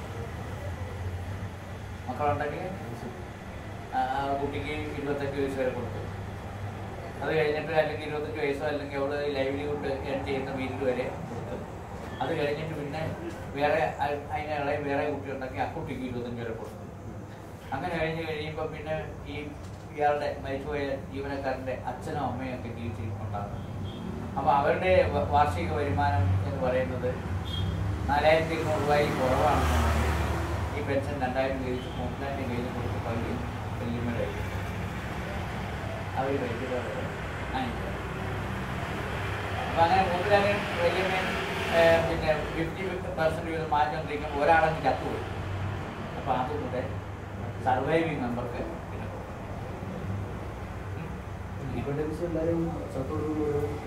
കൊടുക്കുന്നുണ്ട്. അതായത് ഫാമിലി അതായത് സർക്കാർ ജീവനക്കാരൻ്റെ പ്രത്യേകത എന്താ തന്നെ, ഡോക്ടർമാരിലായാലും സർക്കാർ സർവീസ് വരുന്നതിൻ്റെ കാര്യം എന്താ, ഇതൊക്കെ തന്നെ പിന്നെ കിട്ടുന്ന പൈസ കുറവാണെന്നുണ്ടെങ്കിലും കുടുംബം ഇങ്ങനെ ഇങ്ങ് പോയിക്കോളും. അതാണ് ചില പറ്റിയ കണ്ടീഷൻസ് കൂടെ ഉണ്ട് ഇത് കൊടുക്കുന്നതിന്. ഫാമിലി പെൻഷൻ കൊടുക്കുന്നതെന്നുണ്ടെങ്കിൽ മക്കൾ അവർക്ക് വരുമാനം കുറവായിരിക്കും, വരുമാനമൊന്നും ഉണ്ടാകാൻ പാടില്ല, എന്നെങ്കിൽ മാത്രമേ പിന്നെ ഇങ്ങോട്ട് കിട്ടുള്ളൂ. അങ്ങനെയൊക്കെ ഉണ്ട്. അപ്പോൾ അതുകൊണ്ട് അതിനെക്കുറിച്ച് നമുക്ക് അടുത്ത ദിവസം നമുക്ക് ഇതിൻ്റെ ഡീറ്റെയിൽഡ് ആയിട്ട് പിന്നെ ഒരു പോർഷൻ്റെ കമ്പ്യൂട്ടേഷൻ എങ്ങനെയാണെന്ന് കണക്കാക്കുന്നത്. അത് കഴിഞ്ഞാൽ പെൻഷൻ കിട്ടും, അത്രയേ ഉള്ളൂ. പിന്നെ ചെയ്യാന്ന് പറഞ്ഞാൽ കുറേ പ്രോബ്ലം. ഒരു ക്വസ്റ്റ്യൻ പേപ്പർ, അതായത് മറ്റേ ക്വസ്റ്റ്യൻ പേപ്പർ ഉണ്ടറിയാം, കഴിഞ്ഞ വർഷത്തേ ഉള്ളൂ. കഴിഞ്ഞ വർഷത്തെ ഞാൻ ജോസഫ് പി ഡി എന്ന ഡോക്ടറെ കൊടുത്താണ്, ഞാൻ തിരിച്ച് തന്നില്ല. അത്യാവശ്യം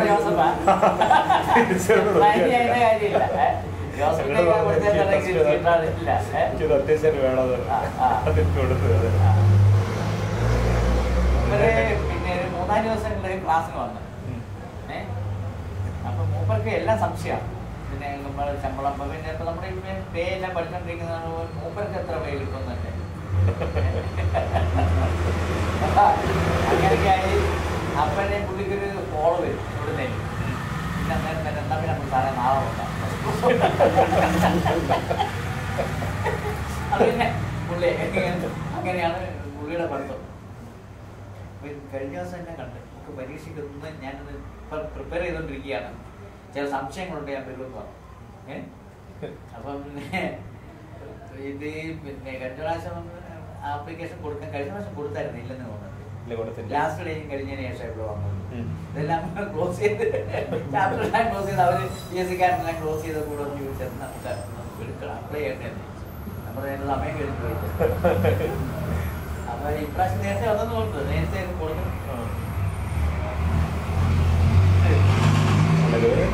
46 വയസ്സായിട്ടുണ്ടാവില്ലേ? ഇപ്പൊ ഇങ്ങനെ ഡ്യൂട്ടി പോകേണ്ട 50 ആയി കഴിഞ്ഞാൽ പിന്നെ എഴുതണ്ടല്ലോ. 40-45 വയസ്സ് സംസാരിക്കണ്ടോ? MBBS സാഹസപ്പെട്ടാണ് എഴുതിയത്. 5 വർഷത്തെ പേപ്പർ ഇങ്ങനെ ഓരോ വർഷം 5 വർഷം കഴിഞ്ഞതിന് ശേഷം പിന്നെ ഓരോ വർഷത്തെ പേപ്പർ ഇങ്ങനെ കുറേശ്ശെ കുറേശ്ശെ എഴുതി എല്ലാവർക്കും ഒരു 10 വ്യാഴവട്ടം കൊണ്ടാണ്. ശരിക്കും ആള് നല്ല ബുദ്ധിമാനാണ്. എന്താ പ്രശ്നം വെച്ചാൽ അവിടെ ചെന്ന് കുറച്ച് IV അത് ഇതൊക്കെ തുടങ്ങിയാണ്. അത് അടിസ്ഥാനപരമായിട്ട് നല്ല ബുദ്ധിയുള്ള ആളാണ്. അവിടെ അടുത്തോ ഇപ്പൊ അവിടെ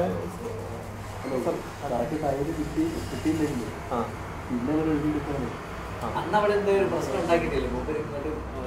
അവിടെ പ്രശ്നം ഉണ്ടായിട്ടോ? പ്രശ്നം തന്നെയാണ്. ഇപ്പോഴവിടെ പ്രശ്നമാണ്. ഇല്ല, മോഹൻലായിട്ടല്ല പ്രശ്നം, പ്രശ്നം നാട്ടുകാരായിട്ടാ. ഇവിടെ തന്നെയാ പ്രശ്നം. നാട്ടുകാരെന്തെല്ലാം ചെയ്താൽ അവർക്ക് ദേഷ്യം പിടിക്കും. അതിൽ വണ്ടി ഓൺ അടിച്ചാൽ ഹോസ്പിറ്റൽ കോമ്പൗണ്ട് ചിലപ്പോൾ വണ്ടി തിരിക്കാനൊക്കെ വരും ആൾക്കാർ. ഓരോ പ്രശ്നത്തിനും കയറി ഇടപെടും. അതൊക്കെ ഒരു അവസരം കിട്ടിയപ്പോൾ അവർ ആ ദേഷ്യം കൊണ്ട് തീർന്നതാണ് കോട്ടയം അടിച്ചു പൊളിച്ചതൊക്കെ.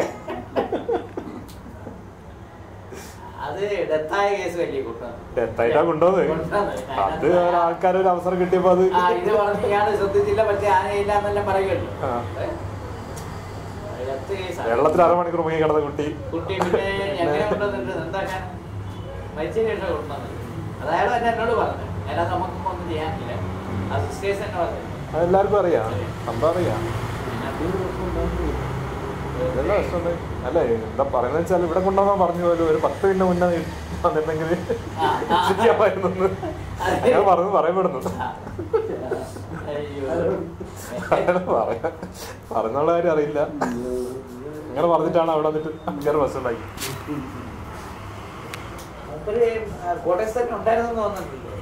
മൂപ്പര് അല്ല അന്ന് കോട്ടസ് ഉണ്ടായിരുന്നു, കല്യാണത്തിന് പോയായിരുന്നു.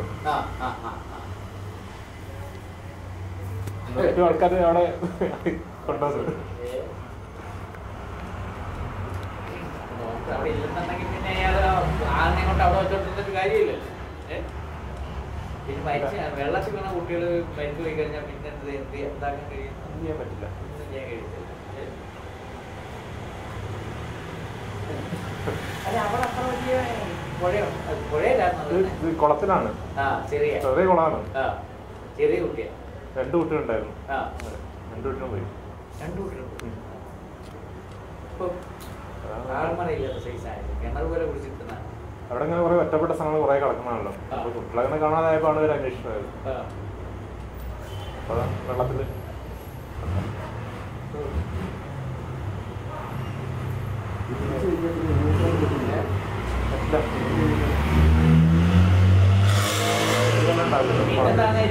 ലങ്സിനകത്ത് വെള്ളം കയറി കഴിഞ്ഞിട്ട് വീട്ടിൽ നമുക്ക് എന്ത് ചെയ്യാൻ കഴിയും? ഒന്നും ചെയ്യാൻ കഴിയില്ല. അതറിയാത്തവർ ഇങ്ങനെ പറയുന്നത്. കുട്ടികള് ലങ്സിൽ വെള്ളം കയറി പോയിട്ട് പിന്നെ അതിനകത്ത് അപ്പോഴത്തേക്ക് തന്നെ ഇതായിട്ടുണ്ടാകും. പിന്നെ അതിനകത്ത് കൊണ്ടുവന്നിട്ട് അതിനെ അന്നേരം തോട്ടിലെടുത്തോണ്ട് വന്നാലും പ്രത്യേകിച്ചൊന്നും ചെയ്യാൻ കഴിയത്തില്ല. ഒന്നും ചെയ്യാൻ പറ്റില്ല. പിന്നെ